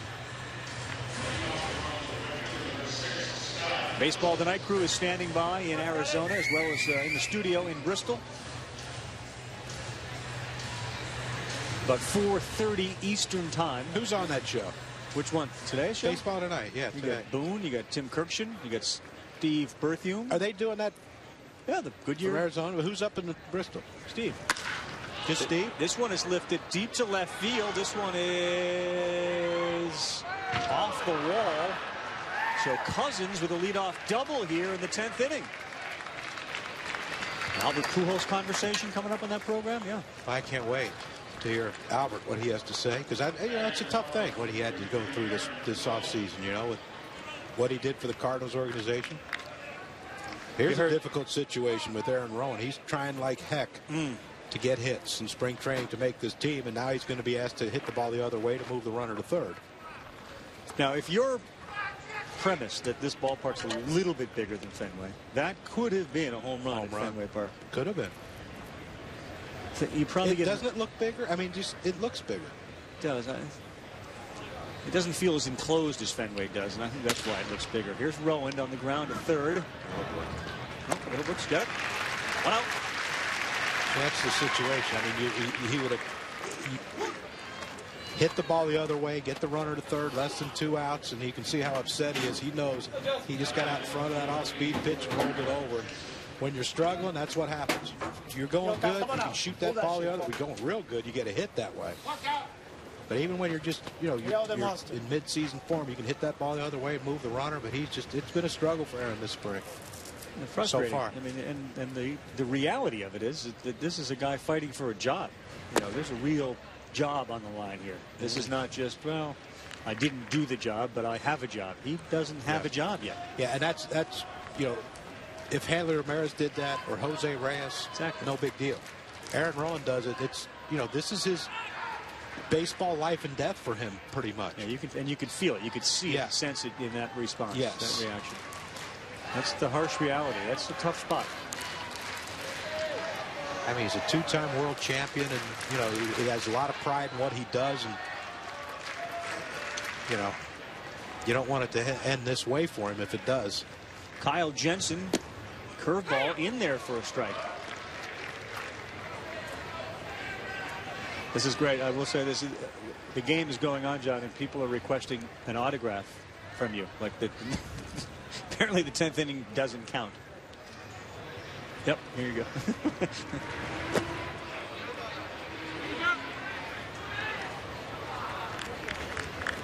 You just don't get it very often. You just don't get it. I have a professional duty, though. I have to watch there. this game. There's right there with the blue shirt and the ball. See, she wants. And she saw me waving, and she thinks I'm asking her to throw the ball up. Let's do it again. I guarantee if we held a hand out, we can get the ball to have it be signed. Here's a foul off. Here you go. Watch. This is how serious life is being taken down here. Yeah. There is a game, right? The game is going on? Yes, it is. Who's winning? Who's winning? Tie game. Oh, it is. We haven't been paying attention up here. Yeah, right away you had to respond. I hear you. Yeah. Okay. You're welcome. And this was your national television debut. You did a great job. Don't think she believed this. Jensen is gone on the strike. She doesn't think she's on TV, but she really was. Wait till her Twitter account blows up. Or now you see what you just did? No. the in-game autographs. Attaboy. Yep. Souvenir. I guarantee you, John, that her phone that'll go on the mantle. The phone will blow up. That'll go right. Matter of fact, I think she's right now in her head. She's diagramming a big plaque for that ball to be put on and hung up on her wall on her near her mantle. Yeah. I think the person she's with is saying, who signed that? What? Is that Kirkchin up there? Yeah. Well, that's Buster Olney. He couldn't have played. Look at him. Let's compare him to today's player. He doesn't look like Mike Stanton. No, gosh. Just one day. That's all. But there you go. See, their phone calls have begun. Yeah. Did you see her? She was on. She got that big guy's autograph up there. Did you see that? Oh. Terry Tiffy is 0 for 4 today. That'll really hurt the average in spring training. Go 0 for 4. Down to 0.59. It really hurts it. You don't get a lot of chances, and we're still very early. The one thing when you're in the 0 somethings, you know, an 0 for 4 doesn't really drop it that much. Yeah. And a quick 3 for 3 can bring it right up. He's making the team.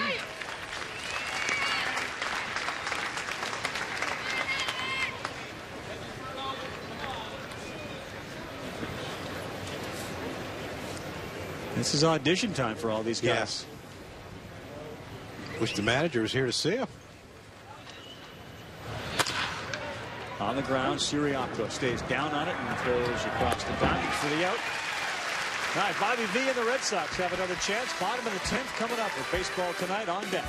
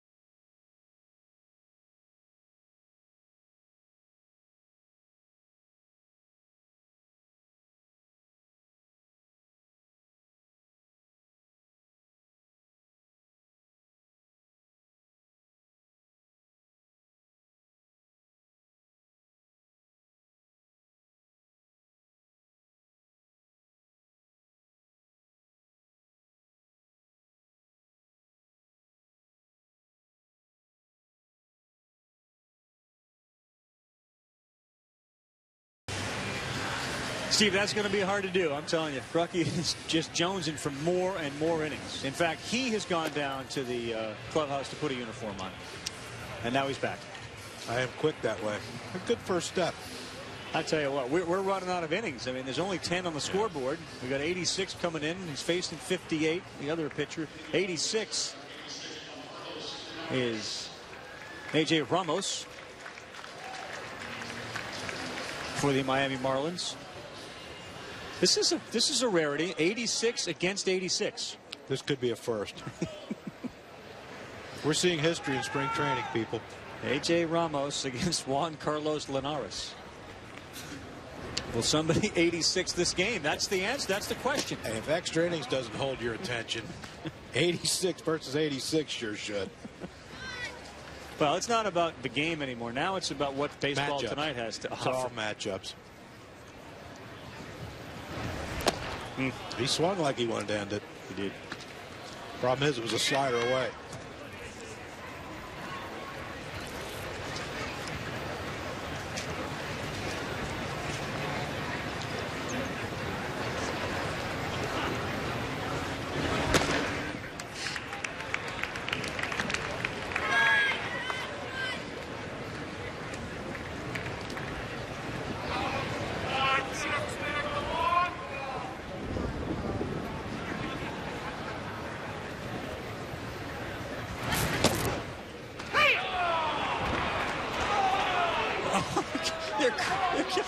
umpire.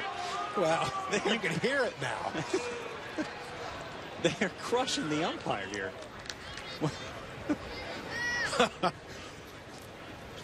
This is not a good time to expand the zone. The park will hold it. Who's going to catch it, though? That was Kevin Madison who caught it out there. Here's Nate Spears. Not shaving until he finds out what team he's going to be playing on. Kevin Madison letting it fill in. Yeah, it looked good in batting practice. I was checking it out. I can't believe they started screaming at the umpire. Unbelievable.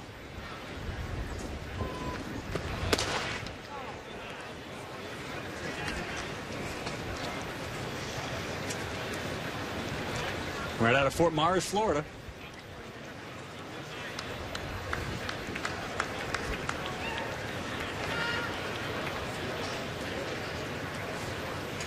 There's a called strike.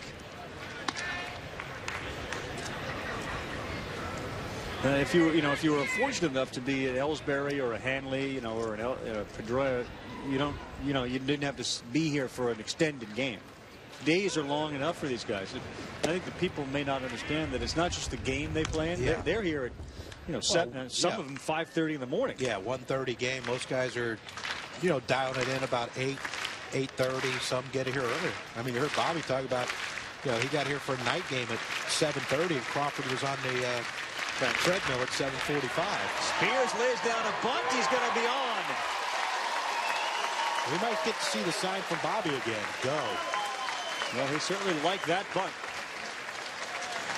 That's Bobby, though. He loves that. He loves small ball. He loves bunting. He like guys that just get on base and do what they can to get on base.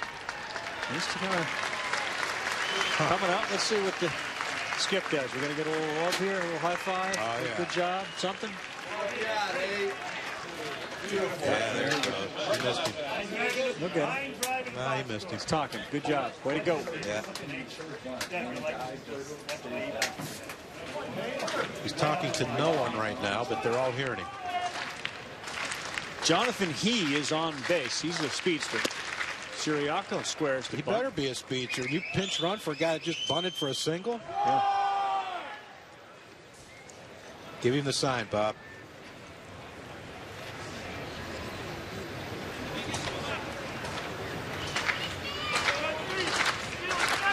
Here comes the crowd. He is back. And you can't say that about everybody. But the reason why Bobby likes a bunt is because it's a tie game and extra innings, and you're just looking for a base runner and then one big thing to happen. And this is just a perfectly executed bunt. The third baseman was playing back there, kind of on the line a little bit. Wait a We minute. got a two-run home. Siriaco ends it.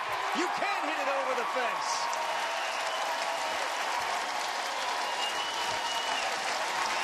Pedro Siriaco, and the crowd goes home happy. A two-run home run in the bottom of the 10th. Now that was hit. That was a big one. I mean, he had a good healthy cut. His first at bat was flying out to left. And that one there, he got that hanger up in the zone, and he connected. That was hit, and a bunt was part of it. Small ball and long ball for the Red Sox. So the final score here, Boston 5, Miami 3. For John Kruk, great job, very enjoyable. Dougie Glanville. I'm Carl Ravitch. Next, it's Baseball Tonight. This has been a presentation of ESPN, the worldwide leader in sports. A Siriaco home run, the difference. Here's Baseball Tonight.